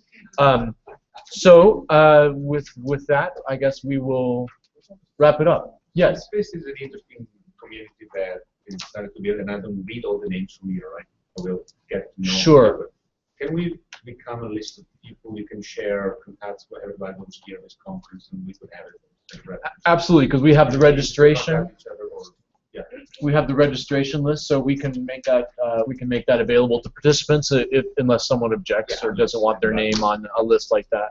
I'm just going to ask if maybe some of these suggestions we could put on the PSU Facebook page, because that would be great. Yeah, absolutely. You mean these things that we just were talking about, or? Yeah, some of our active learning. Yeah. I am hoping. I'm hoping that this Hangout is a recording, so we should have a recording of the whole session. So, and that'll be available, I think, on my YouTube page. So I'll put a link. I'll make sure that happened, and I'll put a link up to it, and so we should have that record as well. Yeah. All right. Well, thank you very much.